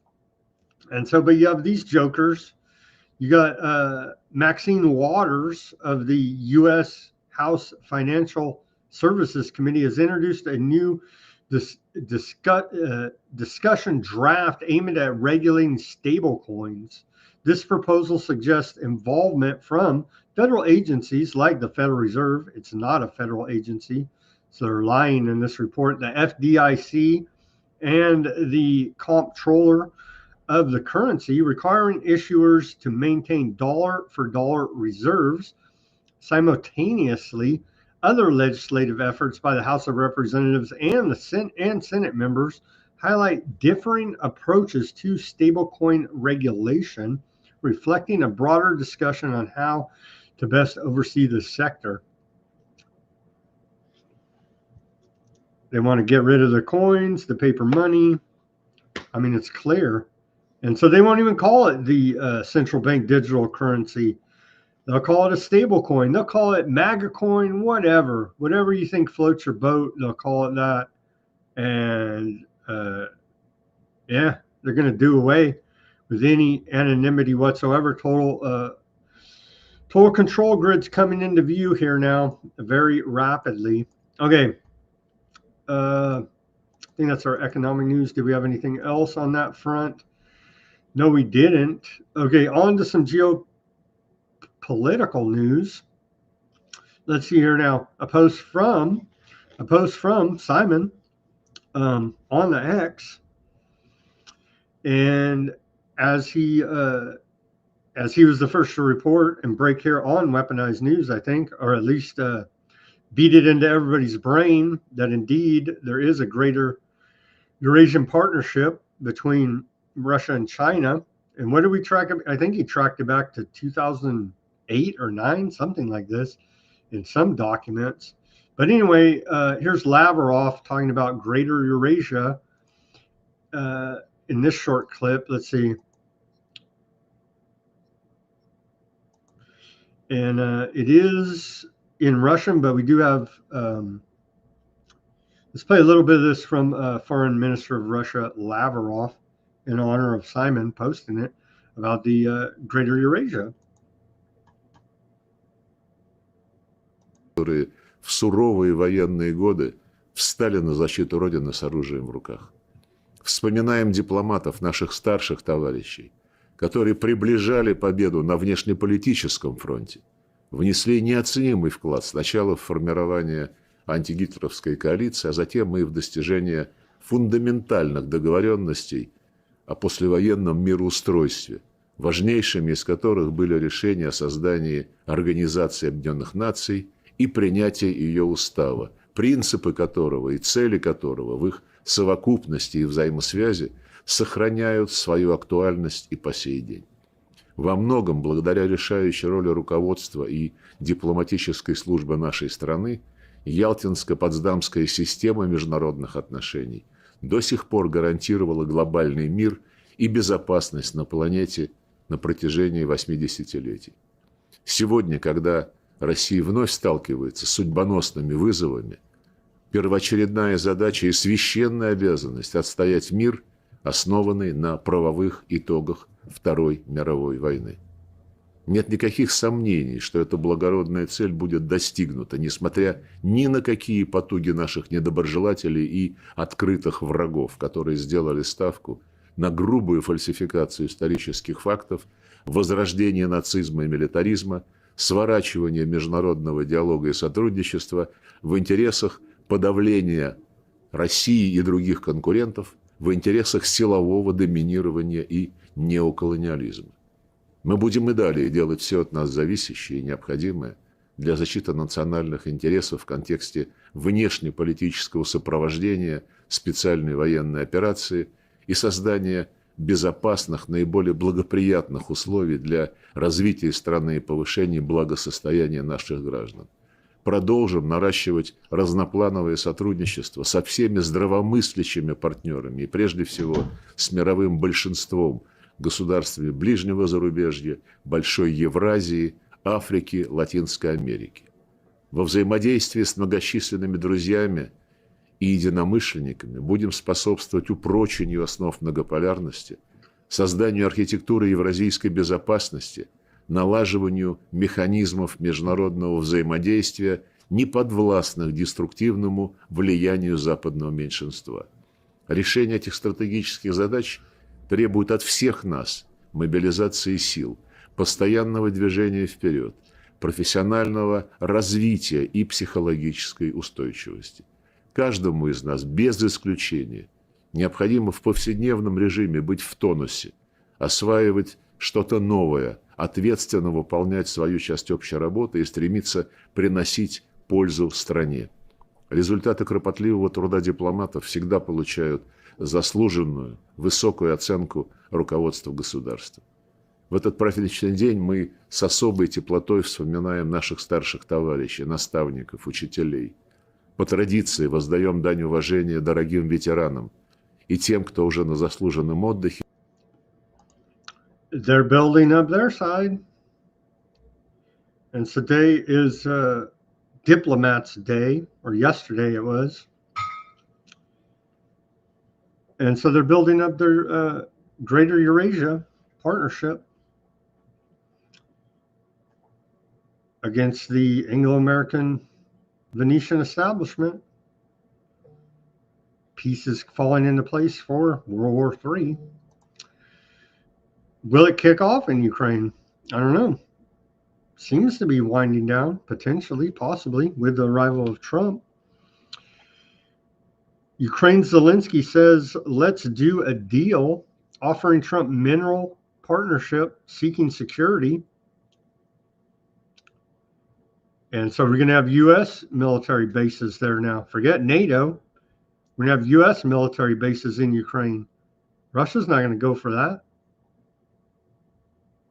NATO there's bad enough, right on the border. So that headline out of CNBC there. They're going to sell off Ukrainian mineral rights to the United States in exchange for security.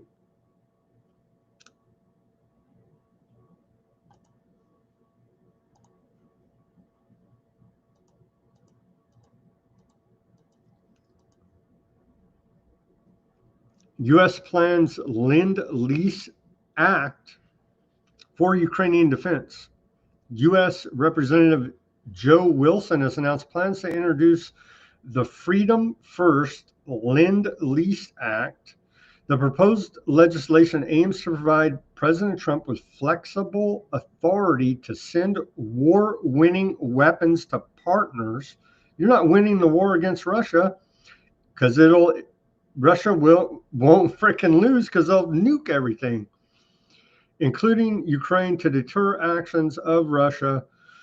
The bill's introduction reflects continued U.S. support for Ukraine amid ongoing tensions. There you go, Joe Wilson. Who is this joker? Representative out of where? South Carolina. South Carolina does love their warmongering there. Yeah, so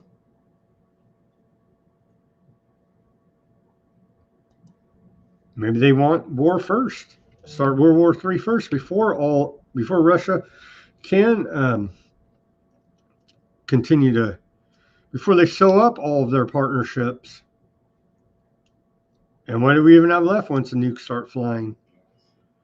These people are crazy, man. Okay, here's Zelensky. Zelensky claims all Ukrainians are against democratic elections, as we are here in the United States as well. Let's watch this short clip. Of course, it's got subtitles, so let me take off the bottom so we can see what this guy's saying.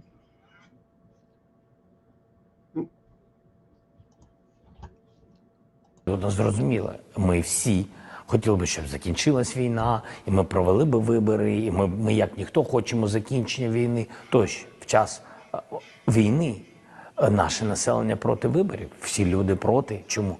Ну, тому що всі розуміють, що відбудеться. Що таке вибори?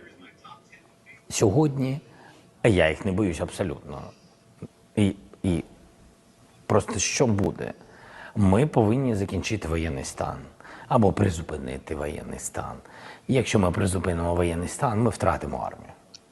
І, в принципі, русські будуть щасливі. Ну, питання боєздатності, духу, тощо. And they were always against elections. That's why they love the USAID funding their color orange revolution there. Here's a flashback. Hunter Biden at USAID funded think tank pushing foreign aid just before joining Ukraine's Burisma. No conflict of interest there at all. Thankfully, he was pardoned by his father and won't face any criminal charges for this corruption. I look at it much more from the perspective of the hat that I wear as the chairman of the World Food Program US. More and more, not only whether it's at WFP USA or I sit on the board of USGLC, a number of other organizations. I teach a class at Georgetown, and we talk about this constantly, about advocacy. Our foreign assistance is a vital, in my opinion, to our national security. As it relates to our security, I don't think that you could find someone in the military that's been acting in the field that wouldn't say that our biggest bang for our buck is in our foreign assistance programs. I look at it. I would believe him more. I wish he was wearing glasses because I just keep flashing to him smoking the crack pipe with underage kids and be like, well, he is very academic sounding, but if he wore glasses, maybe that would help convince me that he wasn't an insane criminal. Okay, moving on here. Again, after Simon's heart, because I know that he was that he felt an injustice and wrong had been done to Imran Khan, the former Prime Minister of Pakistan. It appeared that he was being lawfared against there in Pakistan. And U.S. Congressman Joe Wilson has made an appeal to uphold human rights and restore democracy in Pakistan. And he's spearheading a campaign now for the release of Imran Khan, writing a letter to Trump and Secretary Little Marco Rubio. Here's the letter. Starting a campaign of pressure on the Pakistani government to free Imran Khan and uphold human rights and to free Imran Khan.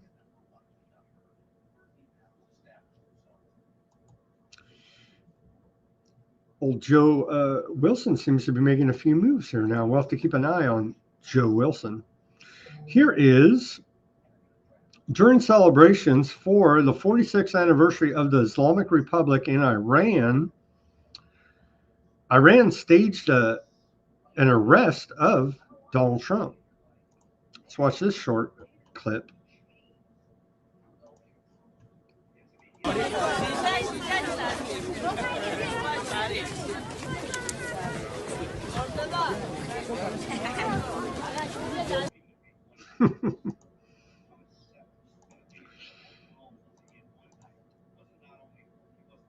Yeah, Iran can only dream. Okay, here's Trump again.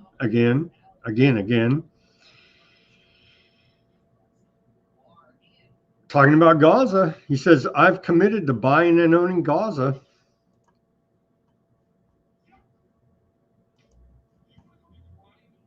I'm committed to buying and owning Gaza. As far as us rebuilding it, we may give it to other states in the Middle East to build sections of it. Other people may do it through our auspices, but we're committed to owning it, taking it, and making sure that Hamas doesn't move back. There's nothing to move back into. The place is a demolition site. It'll be, the remainder will be demolished. Everything's demolished. I mean, you can't live in those buildings right now. They're very unsafe. But we'll make it into a very good site for future development.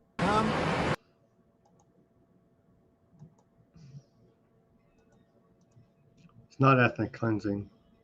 Here's a flashback memory hold by Fox News. They're telling us. Let's watch this about aardvark spies detained after 9/11. Remember, what was it? The E-team? Remember that whole crazy thing? Art students? I think this is different, though. Asked this week about another sprawling investigation and the detention of 60 Israelis since September 11th, the Bush administration treated the questions like hot potatoes. I would just refer you to the Department of Justice with it. I'm not familiar with the report. I'm aware that some Israeli citizens have been detained. With respect to why they are being detained and the other aspects of your question, whether it's because they're in intelligence services or what they were doing, I will defer to the Department of Justice and the FBI to answer that. Beyond the 60 apprehended or detained and many deported since September 11th, another group of 140 Israeli individuals have been arrested and detained in this year in what government documents describe as, quote, an organized intelligence gathering operation designed to, quote, penetrate government facilities. Most of those individuals said they had served in the Israeli military, which is compulsory there, but they also had, most of them, intelligence expertise and either worked for Amdocs or other companies in Israel that specialize in wiretapping. Earlier this week, the Israeli embassy here in Washington denied any spying against or in the United States. Now they have Palantir, so they don't need any of that. So our greatest ally, of course, and our shadow president, Mr. Bibi Netanyahu, he's facing, even aardvarks are not happy with this guy, right? But he comes over here, gets high praise, the first foreign leader to meet with President Trump. But he's back in court now. And some analysts say that if October 7th never happened, then he would be at least not prime minister, maybe even in jail for corruption, bribery in aardvark land. And so he's even more corrupt than the corrupt. You see? And so he appears in court for corruption charges today in aardvark land. It's an ongoing trial for alleged, of course it's alleged, he must have a fair trial. But how corrupt do you have to be for even the aardvarks to say you're corrupt? It's like beyond the pale of corruption. Now is the first sitting Israeli leader to take the stand as a criminal defendant. He is accused of accepting tens of thousands of dollars worth of cigars and champagne from a billionaire Hollywood producer in exchange for assistance with personal and business interests. He is also accused of promoting advantageous regulations for media moguls in exchange for favorable coverage of himself and his family. The 75-year-old denies wrongdoing, saying the charges are witch hunt orchestrated by a hostile media and a biased legal system out to topple his lengthy rule. His testimony caps years of scandals that have swirled around him and his family, who have gained a reputation as enjoying a lavish lifestyle at taxpayers' expense. Shouldn't he be given like the corruption award? Like, you're even too corrupt for the most corrupt, so they're going to take you to court? Like, that deserves some kind of award, honestly, in the whole corruption Olympics that we find ourselves in here now. So yeah, so it's going to be interesting to see. At the very least, he would have been voted out by most accounts if there was no October 7th. And they stood down and in large part engineered by his government.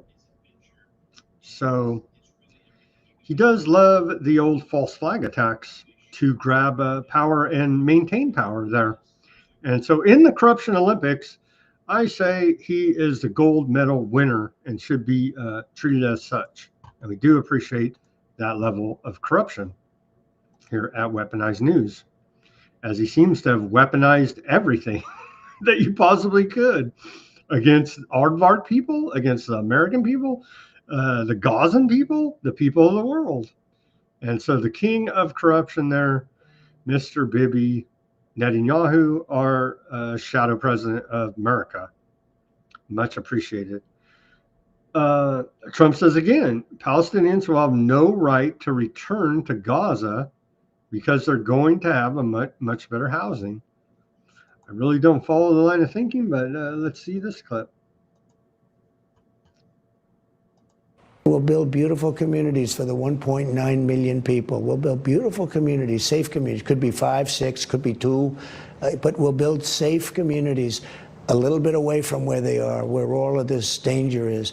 In the meantime, I would own this. Think of it as a real estate development for the future. It would be a beautiful piece of land. Would the Palestinians have the right to return? Spent. No, they wouldn't, because they're going to have much better housing, much better. In other words, I'm talking about building a permanent place for them. Because if they have to return now, it'll be years before you could ever. It's not habitable. It will be years before it could happen. I'm talking about starting to build, and I think I could make a deal with Jordan. I think I could make a deal with Egypt. You know, we give them billions and billions of dollars. We just cut off 5,000 jobs from USAID. I don't know. It's like the left hand doesn't know what the right hand's doing, or he'll just turn the aid spigot back on. How long is it turned off? Like 90 days, something like this. Anyway, ethnic cleansing, dare I say, there. What else do we got? Hamas says, and look at these guys. I'm telling you, man, these guys look like Western intelligence to me. Dare I say, aardvark intelligence, UK, US, even shit. We can't even tell. They all have their masks on. They have nice weapons. Probably funded by USAID. Wouldn't surprise me. But Hamas says it will delay the release of more hostages, putting Gaza ceasefire at risk.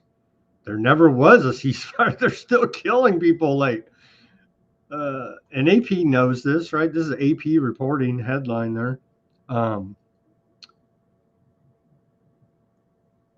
Netanyahu doesn't give a damn about the hostages. It's about, and that's why he came over here to meet Trump. It's the real estate redevelopment plan for the greater aardvark land. As we continue to report here at Weaponized News, and I'm sure our audience is well aware of, but what do you guys think? Are these really Hamas's terrorists, as they tell us, or are these aardvark intelligence agents or other Western intelligence agents? It just looks so fake to me. I mean, I believe the hostages are real. They starved these guys, treat them like crap, whatever. It was a bad time for them, but are these really the Hamas terrorists they tell us they are? I have a hard time believing it at this point, honestly.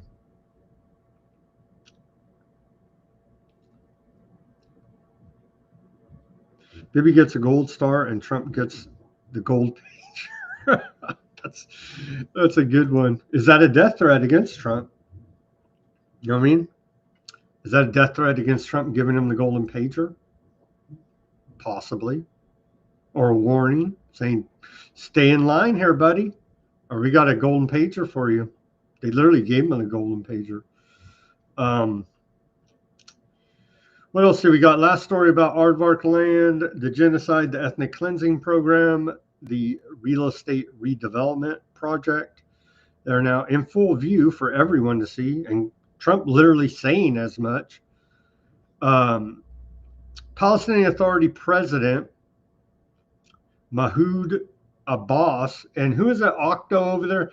Yeah, Octo. They're all corrupt on the because he's after the Muslims and the Palestinians on the Rockfin, and yeah, dude, they're all corrupt. Like, but there are innocent people here that are not freaking Hamas or whoever they tell us, Hamas, Hezbollah, whatever. They look like freaking, honestly, swear to God, Western intelligence here. These guys that they say are Hamas. But Palestinian Authority President, and of course he's corrupt too, right? I mean, he's barely getting like a bronze medal in the corruption Olympics here.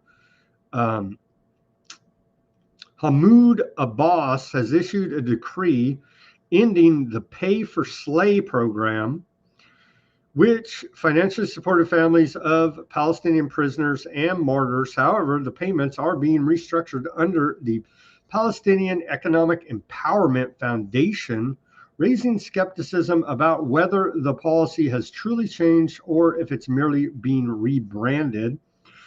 This comes in the wake of the end of USAID financial support, hinting at possible external pressure influencing the decision.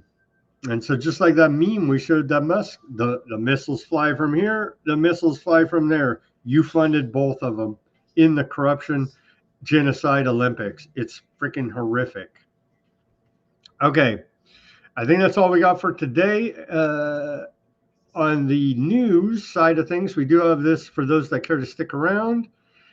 Very Evil Man, Father of Lies, Michael Aquino documentary to play for you here. Just to get a little bit of sense about what we're up against. And don't think he's the only one. He's now deceased, but don't think they put another guy, same guy, basically, in a high position of authority in the U.S. Army. You know what I'm saying? So anyway, it can give us an insight into what we're up against, the dark occultist Satanist mindset that we're facing here now. So that's like 40 minutes to play us out, but let me go back to the channels here now. And it looks like we picked up quite a few viewers over on the X. Thank you guys for tuning in on the X. However, that shadow banning, rigging, whatever the hell they're doing on X goes. Thank you guys for tuning in, if you are tuning in. Okay, let me go over to the other channels here now. The old Odyssey. Let's see how Odyssey's doing. Barry said earlier in the show we had a troll over there. I don't see a troll, Barry. We're not even doing good enough to get the trolls. But thank you for watching on the Odyssey platform. It's appreciated. And Barry moderating over there. And tell everybody, yeah, give us the like for whatever that's worth, and the share especially. The share will help us grow exponentially, because we will no longer see an organic algorithm. Everything is AI. And either you're, you know what I mean? Either you have Trump derangement or Trump worship syndrome. Either way, we're trying to play it down the middle here. So thank you for tuning in on the Odyssey. Over to the Rumble. Thank you guys on the Rumble channel, as always, for keeping that chat lively. Ruckus, Barry, Karen. Let's see here. Yeah, Ruckus has a good show. Let's plug Ruckus's show, and we'll bring Ruckus on for a full plugging.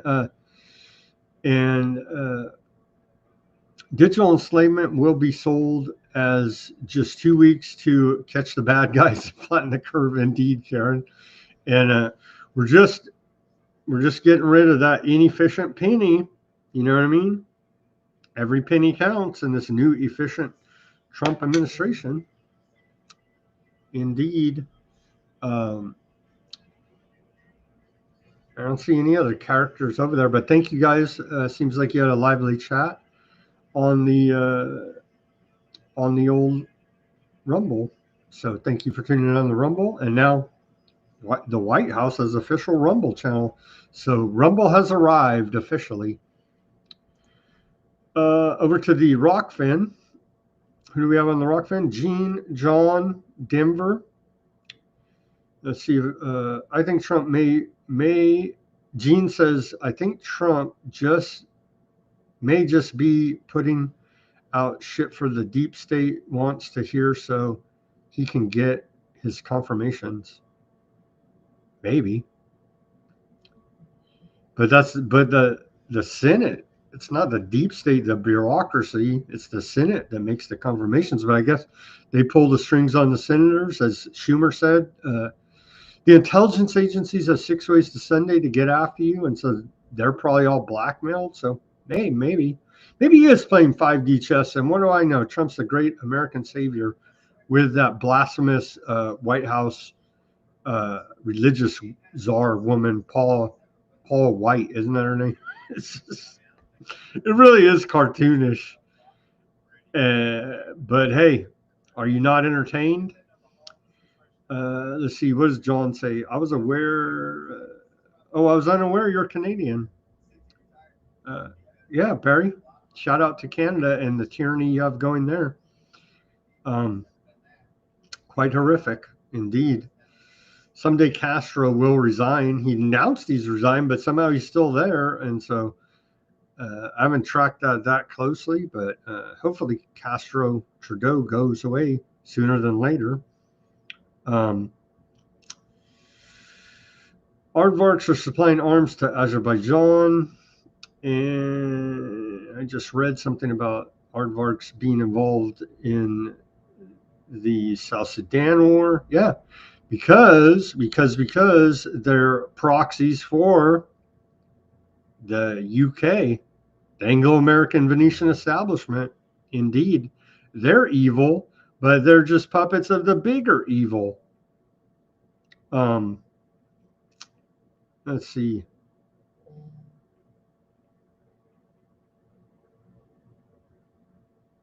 Yeah, they're trying to grow. They're trying to grow their alliances. Russia is, for sure. Latin America, you mentioned there. Yeah.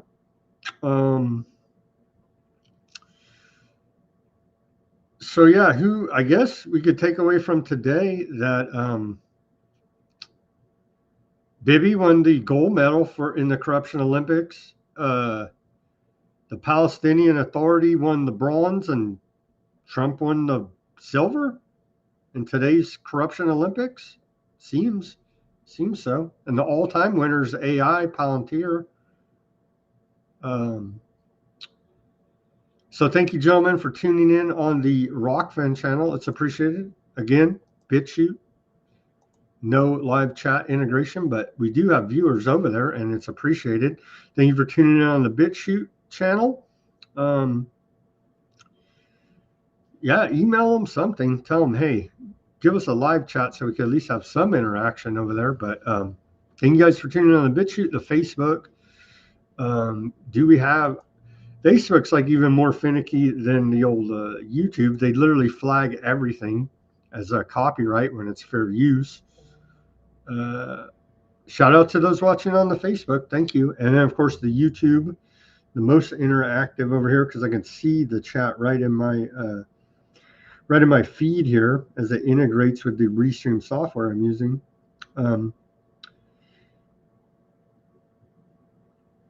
Yeah, no doubt they fool the Arabs into joining, but always run by the aardvark. Yeah.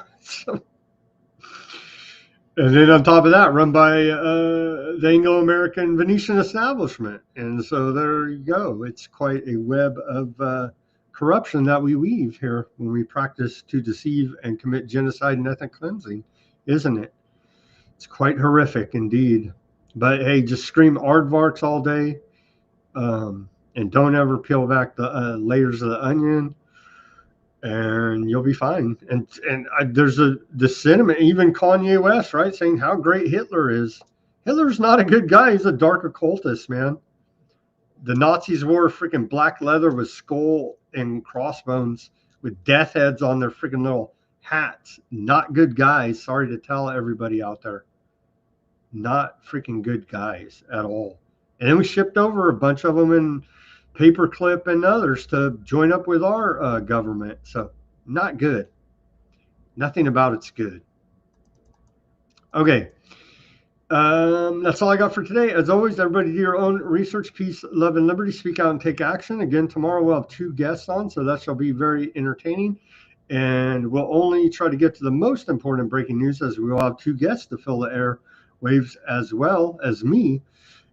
So thank you, everybody, for tuning in on this Monday edition of Weaponized News. And shout out to our moderators there. And we're going to try to integrate Ruckus into the show here, as our show is growing here. So we do appreciate it. And here is Father of Lies, Michael Aquino documentary, a short documentary, 40 minutes, about the life, work, and alleged crimes of Michael Aquino. He was a Satanist, a U.S. Army psychological warfare officer, and alleged satanic ritual abuser. And so I'm playing this to give us an insight into the mindset of the dark occultists that we're up against. Enjoy, and I'll see you back here tomorrow on Weaponized News. Due to the graphic nature of this program, viewer discretion is advised.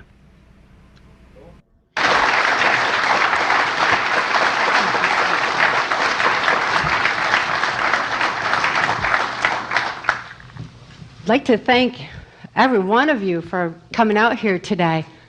I've seen so many good friends and familiar faces, and some new faces that are eager to learn about mind control. My experience as a mind control slave on a White House Pentagon level was extreme. I was totally robotic. I had no capacity to think for myself. So my sexuality was heightened from a very, very early age, and I also developed what is known as dissociative identity disorder. It was formerly termed multiple personality disorder, but has since been redefined because it's not multiple personalities, but the shattering of a personality and a compartmentalization of memory, of trauma, too horrible to comprehend. Childhood sexual abuse is certainly too horrible to comprehend. There was no place for that in my mind. I know right close to here you had a major occurrence going on with the Marin County Daycare Center because Lieutenant Colonel Michael Aquino was on the daycare board. The founder of the occult temple of Set that's proliferating on our military bases. Head of the Psychological Warfare Division of the Defense Intelligence Agency. One of my primary mind control programmers, and someone who doesn't religiously believe in what he's doing, but certainly understands that trauma, like sexual abuse of children, which he's, the Presidio daycare scandal certainly named him in, and occult trauma are certainly too horrible to comprehend. There's no place for it in a child's brain, in anyone's mind for that matter. I've always been driven by curiosity. That is really what got me into all the things that I've gotten into. I don't have any, what you call demons. I don't have any hatreds. I don't have any agendas or things that I have to push or sell on anybody. I just like to find things out. And that's always sort of been where I've been coming from.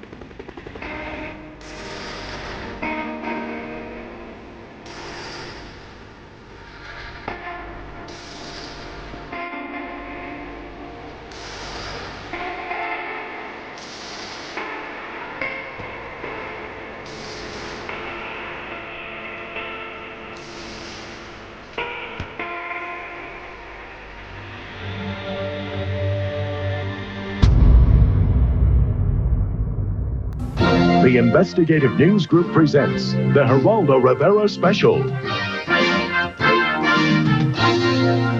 Devil Worship. Exposing Satan's underground. In our investigation, we discovered that some of Satan's soldiers are also high-ranking officers in the United States military. Here at San Francisco's Presidio Army Base, for example, Lieutenant Colonel Michael Aquino led a double life as a satanic high priest. Here, charges surface connecting ritual child abuse at the Presidio Daycare Center to the devil cult. It was here, parents and others allege, that as many as 60 young children were ritualistically abused by soldiers of Satan. Colonel Aquino, we note, sir, for the record, that you were originally implicated in the dreadful charges of child abuse. We note also that no charges were ever brought against you. Would you like to comment on why those charges were brought against you?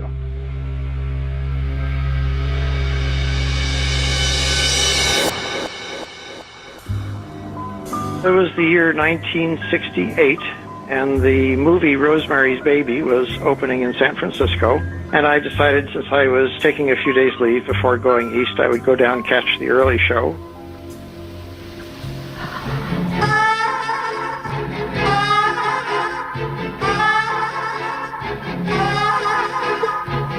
What have you done to it? What have you done to its eyes? He has his father's eyes. And as I was leaving the theater, a black hearse pulled up in front, and out of the hearse piled a number of formidable-looking ladies and gentlemen, all dressed in black, the central figure of which was a very imposing goateed man. And after I watched this procession go by, I went over to the theater manager and said, "What in the world was that?" And he said, "Oh, that was Anton LaVey and some members from the Church of Satan." And he was involved with helping to make the movie. I said, "No kidding, a Church of Satan right here in San Francisco. Cool." I decided I would go check them out. So I saw that the Church of Satan was giving lectures to the members of the public. So I went and listened to a couple of lectures by Anton. Well, I had a man come to me the other day, and he said that it was just terrible. When he joined the Satanic Church, he was masturbating just about every day. And now he's masturbating 2 and sometimes 3 times a day. He's very happy, much happier than he's ever been before. Last week, too, on top of He struck me as very pleasant. He had a good sense of humor. And in a nutshell, I decided that I would try out membership in the Church of Satan, which then impressed me enough that I decided to become a member of the priesthood, and then it went on from there. The Church of Satan took on the institutions of Judeo-Christianity and other mainstream religions. And it said, these things are mostly excuses for control of people. They are means of exploitation. They are not really ways of getting at the truth of things, and they certainly have nothing to do with authentic metaphysics. All religions are based on abstinence rather than indulgence. And all religions, therefore, have to be based on fear. Well, we don't feel that fear is necessary to base a religion on.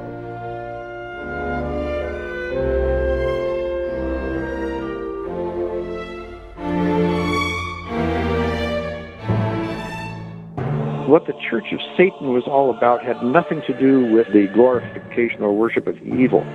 It had everything to do with the question of separateness of the individual consciousness, or in this case Satan, from the universe around it. Therefore, your consciousness, your soul, is something outside of nature. And that is what you might call the original sin of Satan or any characters in history that have symbolized the human psyche. So the adventure of the Church of Satan was to explore what it is to be a human being and to take responsibility for yourself.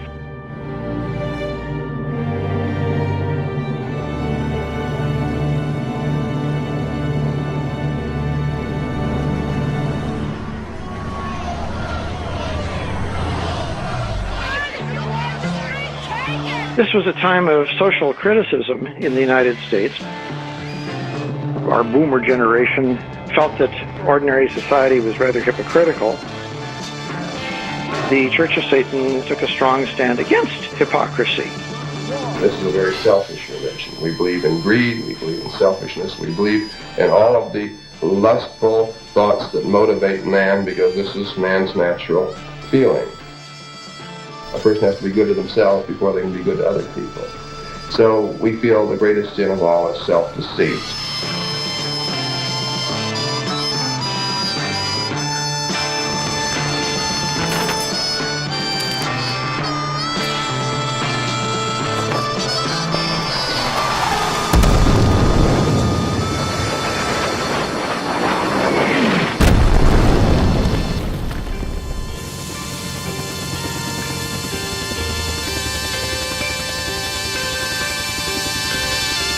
As soon as I was in the Army, they sent me to PSYOP and Special Forces schools, and then sent me in 1969 over to Southeast Asia, where I was for the next year.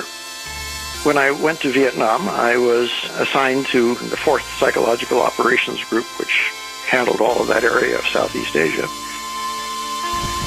Psychological operations, or PSYOP, was propaganda, the kind that's delivered on the battlefield, such as leaflets and loudspeaker messages, to get the other army demoralized and suggest that it should surrender.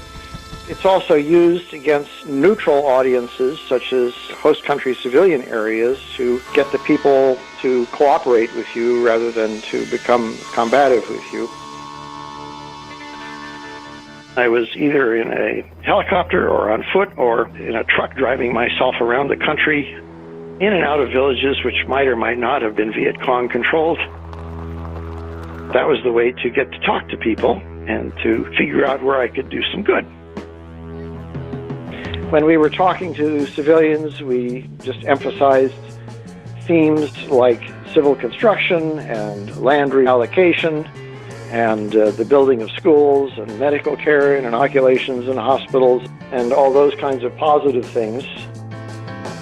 And when we were talking to enemy soldiers, the themes were more along the line of, you really are fighting a much superior force here.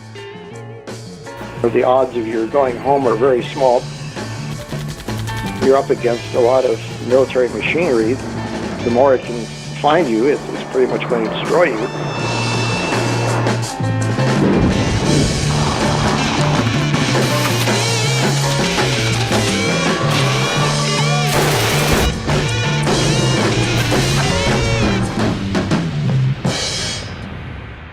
And it also had to do with that prospect of death that had to do with elements of Buddhism.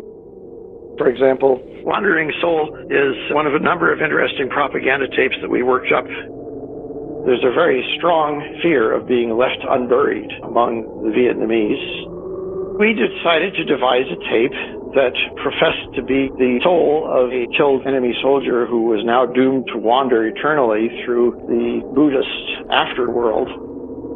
He was crying out and shrieking and generally very unhappy with his situation. Then we'd take it up in a helicopter, fly over enemy areas, and then just broadcast this thing over these loudspeakers down from a height that was so high up that you couldn't hear the rotor blades, but you could hear this voice coming out of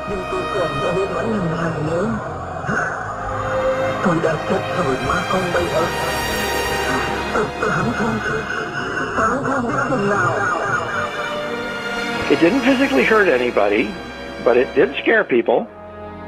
We indeed had quite a few people surrender and come over to our side saying they didn't pay any attention to the stupid American propaganda, but they'd heard one of their fellows talking to them from the afterworld, and that freaked them out.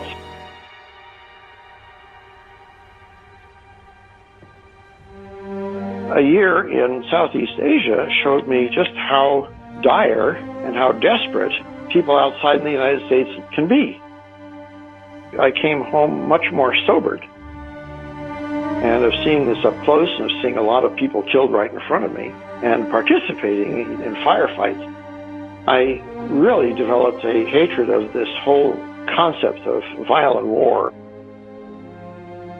and resolved that if at some point I could do something about it, I would take that opportunity.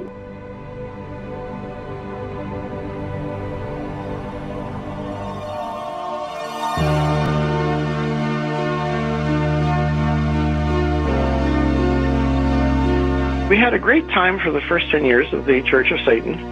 I was basically the next highest initiate to Anton himself. And at that time, I was editing the church's newsletter, The Cloven Hoof.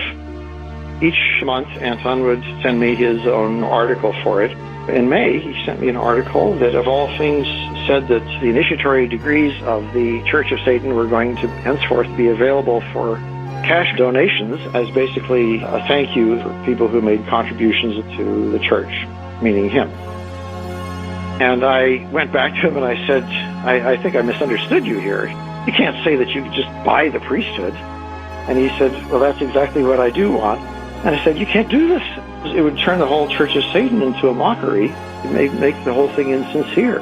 And he said, I don't care. That's what I want. Do it. I said, under these circumstances, I can't remain a member. I feel that you've just corrupted the entire concept. At that point, I and basically the entire rest of the national priesthood resigned from the church and a short time later founded what became the Temple of Set.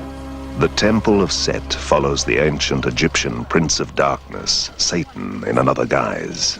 It's America's only legal satanic church and enjoys tax-free status. Lilith Sinclair and Temple Director Michael Aquino edit the Satanic Newsletter.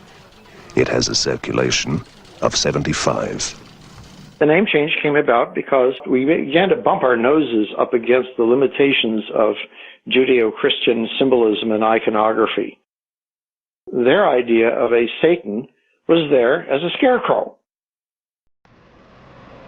We went all the way back to ancient Egypt, where they didn't have these kinds of issues and problems. And we looked at the ancient Egyptian principle. People would sometimes call these gods, but we would prefer to call them principles or forms, or in the Egyptian hieroglyphic term, neteru. We looked at the one that represented the independent human consciousness, the juxtaposition of human self-awareness from that of the rest of the natural universe, and that was the Neter Set. And that's how the Temple of Set came to be what it is. The motivation for becoming a Setian is to say, who and what am I, and what should I be doing with myself? One of the differences between the Church of Satan and the Temple of Set was that the Church of Satan did not go into this second question all that deeply and was actually rather hedonistic. While this was all very enjoyable, should you be looking at something better and higher of yourself? How can we enter any situation and make it better instead of reacting like angry animals or greedy animals or lusty animals? How can we raise the standards of our conduct to what a true divinity would be? Underlying almost everything we do is a much greater commitment to this quest for the perfection of your personal soul. And that's what brings people to become Setians.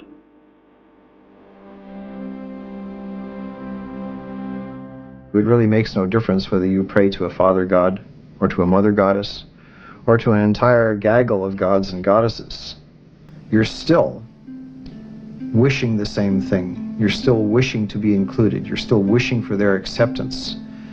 You're waiting for them to put their arm or arms around you and say, you belong. The Satanist, the black magician, we do not seek to have our decisions and our morality approved or validated by any higher god or being. We take responsibility unto ourselves. On this altar is one of a number of daggers, which we may use in our rituals. This one happened to belong to the commanding general of the most elite unit of Germany's infamous SS, which was concerned with black magic and occultism research in general. I have been to the Wewelsburg, which still preserves Heinrich Himmler's ritual chambers to this day, and have conducted a black magical ritual in the so-called Hall of the Dead beneath the Wewelsburg. This particular dagger is inscribed to our comrade in the Leibstandarte Theodor Wisch, Brigadeführer, a major general in the Waffen-SS. And on its blade, it bears the inscription, Mein Ehre heißt Treu, or my honor shall be known by my faithfulness. Now, if a Christian said to you, you were just really worshipping yourself, what would you say? In a sense, they would be right. It is a form of self-worship. The only thing that keeps it from being totally that is that there is this sentient being, which is the Prince of Darkness, or Set, or Satan on a more primitive level. But it is a relationship of mutual respect rather than worship in the popular sense of the word. Yes, we regard ourselves very highly because we feel we are superior beings in a sense that we're not just little robots going around punching our time clocks, getting up, going to sleep, and that's our existence. There's much more to it than that, and we feel that we are gaining the knowledge of that deeper universe. In many ways, the work that I did in areas like psychological operations had to do with this same kind of an attitude.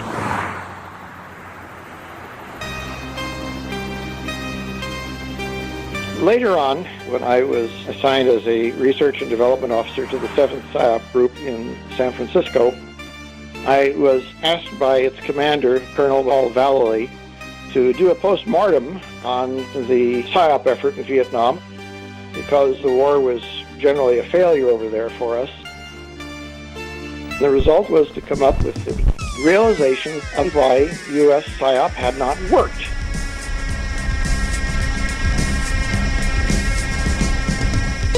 You think that you are in control of your conscious decisions. You take in information and then you go do things with it.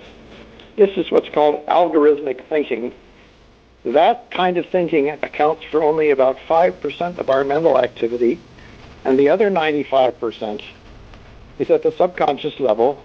Bruce is generally called pattern thinking.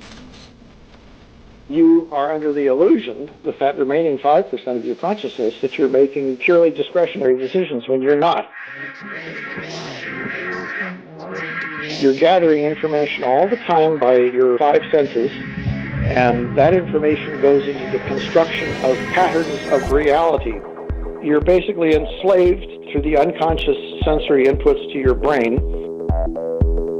Are we simply pissing up wind then if all we do is construct arguments to that 5%? That efforts to make us behave decently just have no chance because there's so much under the surface. We should be spending some time looking at that 95%. Mind War addresses the entire architecture of human consciousness that is caused by external influences and how we can correct those and address them. We actually have a lot of technologies that we can use to influence all of those factors that come in and generate these reality patterns. These are the psychons, meaning psychological control mechanisms. This sounds very spooky and science fiction-y, but it's actually very straightforward. If you understand that these are the mechanisms that dictate your unconscious thoughts and how they come together, and these are the way that you can adjust those and control them and make sure that you aren't simply being blindsided by them, then an intelligent approach to getting your mind at its most enlightened has to do with applying all these psychons not just to an enemy but to yourself, so that we all together become more reasonable, more proactive, more positive, and able to solve problems cooperatively rather than just simply beating each other's brains out. Mind war can be dangerous. It messes with people's ideas of reality. If you get that in the hands of the wrong people, you wind up with an Orwellian 1984 or an Adolf Hitler. So we're taking a chance here. But the alternative is that the planet blows itself up and kills lots and lots of other people.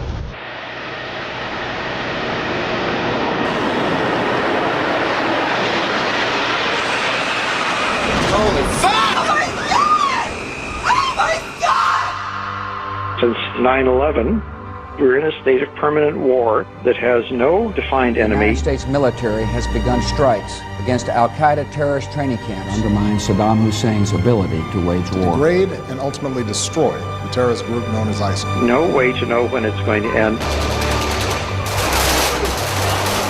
And it wasn't really declared in the first place. And now it's just sort of taken for granted. And nobody knows how to stop it. Nobody's even trying. I figured I had to start somewhere. Mind war is just a way to deal with national stresses and strains and problems without shooting somebody.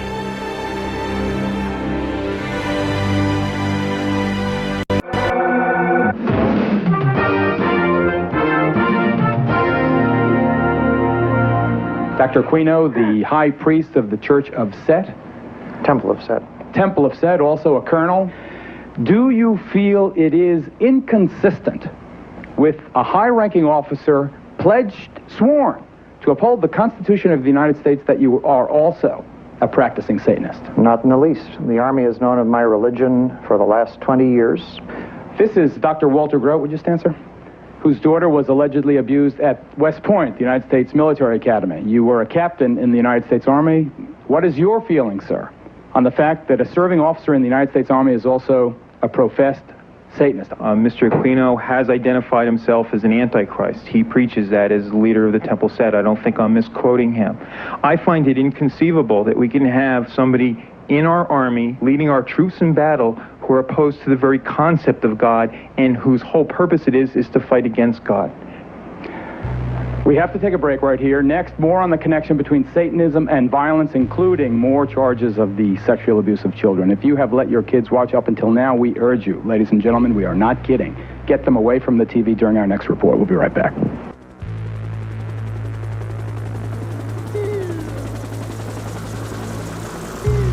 The interesting thing is I never received a single shred of negative accusation or publicity or anything until the period of time when the country was going through a kind of a hysterical mania about imaginary satanic ritual abuse that was supposedly convulsing daycare centers all through the country.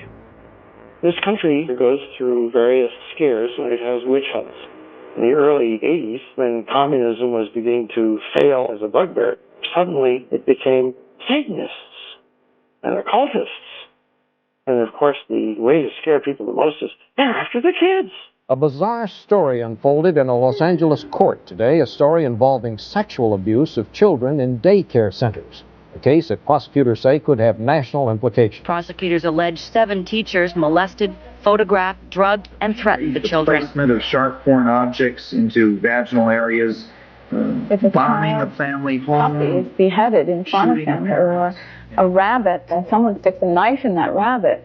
That's a very convincing thing. It's the latest in what seems to be an epidemic of child abuse in this country. There's a substructure of people who are child molesters, and people who do not come from that subculture would not be hired at that school. She uses anatomically correct dolls and puppets to try to coax the truth from preschoolers. Mr. Parrott, can you help Susie show us what happened to her? No day goes by without more reports of sexual abuse of children. Police say dozens of children are involved in 7 child molesting cases revealed here this month. The state says child abuse is not increasing here, but public attention given the crime is. Law enforcement authorities suspect they may have stumbled on an international child abuse ring. 2 well-dressed men were discovered with 6 filthy, ragged, insect-bitten children. The organization is probably some type of satanic cult. And the prerequisite of joining this group is to give up the rights to your children. A source alleged that the group was conducting brainwashing techniques and that the children were used in rituals. Authorities still lack precise answers to very fundamental questions. Who are these children? Where were they being taken? And why? And perhaps most worrisome of all, are there others out there like them? Candy Coley, NBC News, Washington.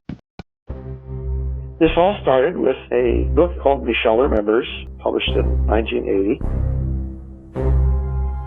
in which some Canadian psychiatrist said that his wife, under hypnosis, had recalled being mangled by the Church of Satan when she was a kid.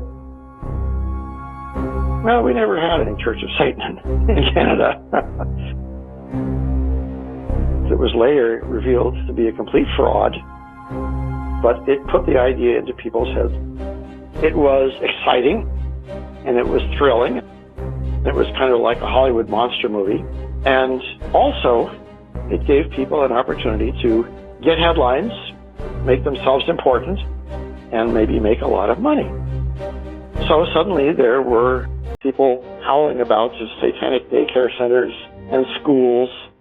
The satanic movement in the world has set up preschools throughout the world for the purpose of getting their hands on our children. It makes no difference what you believe about Satanists. They're doctors, they're lawyers, they're teachers. It makes no difference what you believe about their agenda. They're oftentimes people who are in positions of great influence over small children. What's important for you to know is that they believe it, and they have a very specific agenda, that is to seduce your children into Satanism.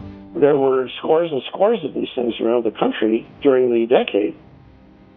I never paid a whole lot of attention to this originally because I thought it was just a crazy fad that would wear itself out.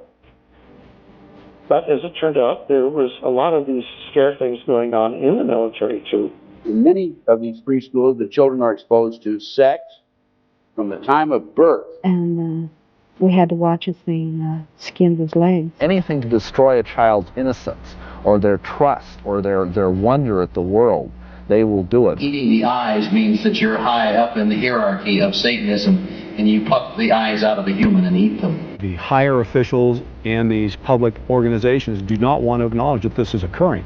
A mother will be asked to sacrifice her own child to Satan, and she may even, in fact, be ritually impregnated. And I have a page missing, and I'll have to dig that one up some. I don't know what happened to that page.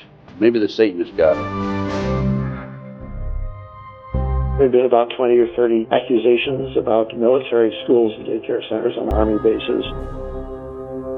And in 1986, a number of parents on the Presidio decided to attack a daycare teacher there named Gary Hambright, despite the fact that he was always surrounded by lots of other teachers at the daycare center. Suddenly, everybody was making accusations about him. In San Francisco tonight, authorities say there may be as many as 37, quote, suspected victims in their investigation of possible sexual abuse at the Presidio Army base. The incidents, which began more than a year ago, resulted in 4 children being treated for a sexually transmitted disease and 1 child possibly being infected with the AIDS virus. The U.S. Army says no one currently working at the daycare center is under suspicion. With the Presidio case, almost 10% of Army daycare centers worldwide now have come under investigation for child sexual abuse. What actually was done to the kids? Oral copulation, sodomy, defecation. They were urinated on. In my case, a Presidio Christian chaplain by the name of Adams Thompson waited a year.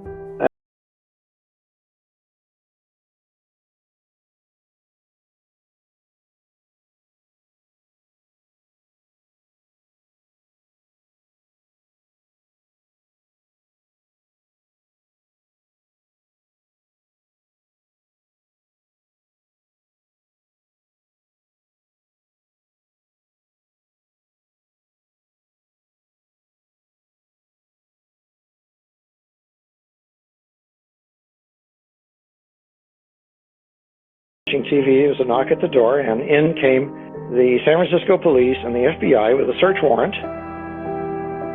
And for the next several hours, they were turning the whole house upside down, looking for evidence of child abuse. And we were standing there with our mouths open saying, what in the world is this?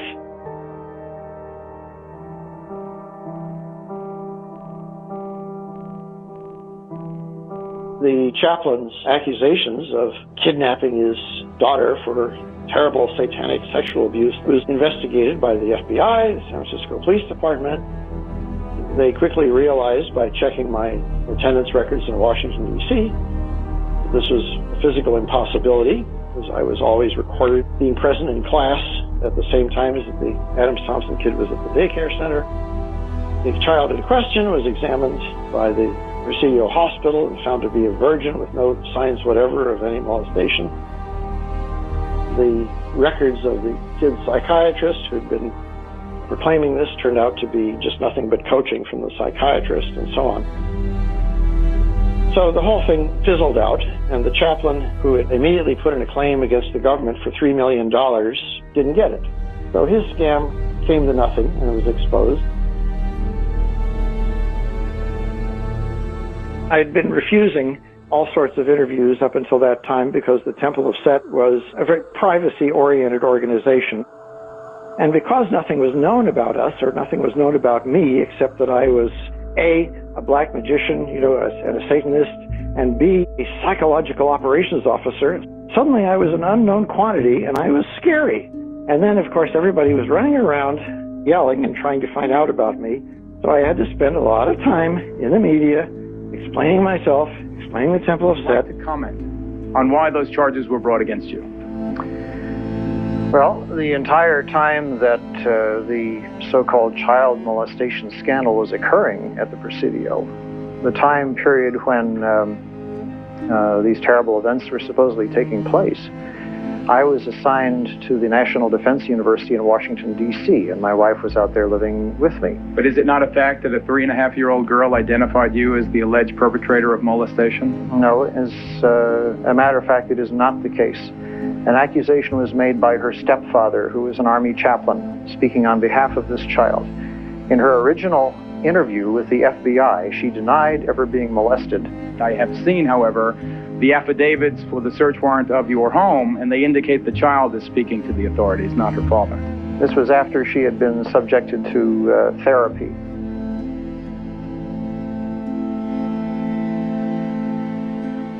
After the investigation was over, I went right back to the rest of my active career. In 1990, my next assignment was 4 years at the U.S. Space Command in Colorado Springs, where I held an above top secret clearance, which you definitely do not get if the government thinks that you are a pedophile. Hi, this is Trevor Coppola for Anthony J. Hilder and for Alex Jones and whoever else will be listening. I have Doug Millar. Hi, Trevor. Appreciate you having a chance to learn some new things that you've probably never heard about before. We're happy to have you here. What would you like to talk about today? Look at this. I'd like to ask everybody, show them this photograph, male or female? My name had been thrown all over the country, and the people who seemed to have fun with the idea of pedophile conspiracies just kept throwing the mud at me after that. And that's just what happens in the age of the internet. But he's the expert that does MK Ultra torture and mind control. And here's the one thing that will always stick to you, Mr. Aquino. Mikey, as you used to make kids call you. So many children all fingering you as being present at one or more of the molestation/rape/torture/beating sessions. It was my experience with Michael Aquino that he does not believe in the power of Satan. What he does believe in is the power of trauma on the human mind and the compartmentalization of memory through high-voltage stun guns. This stuff is nonsense and should be fairly obvious to anybody who knows me. My actual record is a matter of public record. I'm obviously not a criminal person, or I would have law enforcement people crawling all over me all the time.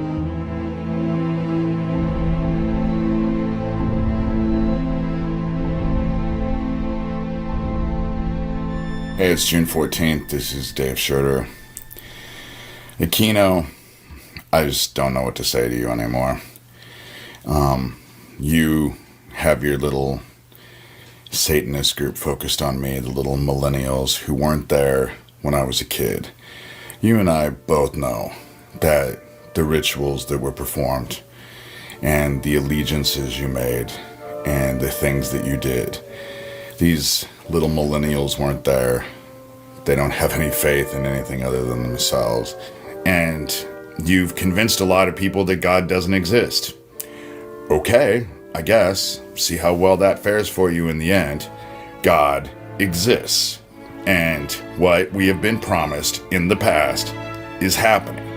And that's the way it's going to be. And there ain't a fucking thing you can do about it.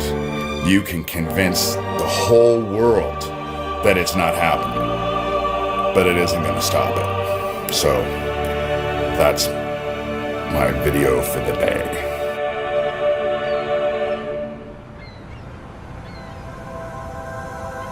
My actual personality and what I do and don't do is pretty much an open book. And I've tried to write down as much as I can, in as coherent a fashion I can, about everything that I've learned over the years. I'm 70 years old, not in good health, just survived a couple of major bouts with cancer. I don't expect to be around much longer. People will just have to interview me by seance. At the end of the day, every day, you have to look at yourself in the mirror and decide whether you're proud of who you are and what you've done. And if you can say that you are proud of who you are and what you've done, then that's really all that you can expect from yourself. You can't make over the entire universe by yourself. But if you're walking down the beach and you see a starfish on the beach that's going to die if he's left there, and you pick him up and you put him back in the surf, maybe you haven't changed the whole world, but you've made a difference to that starfish. So if you go through life keeping the starfish in mind, I think you're going to do okay.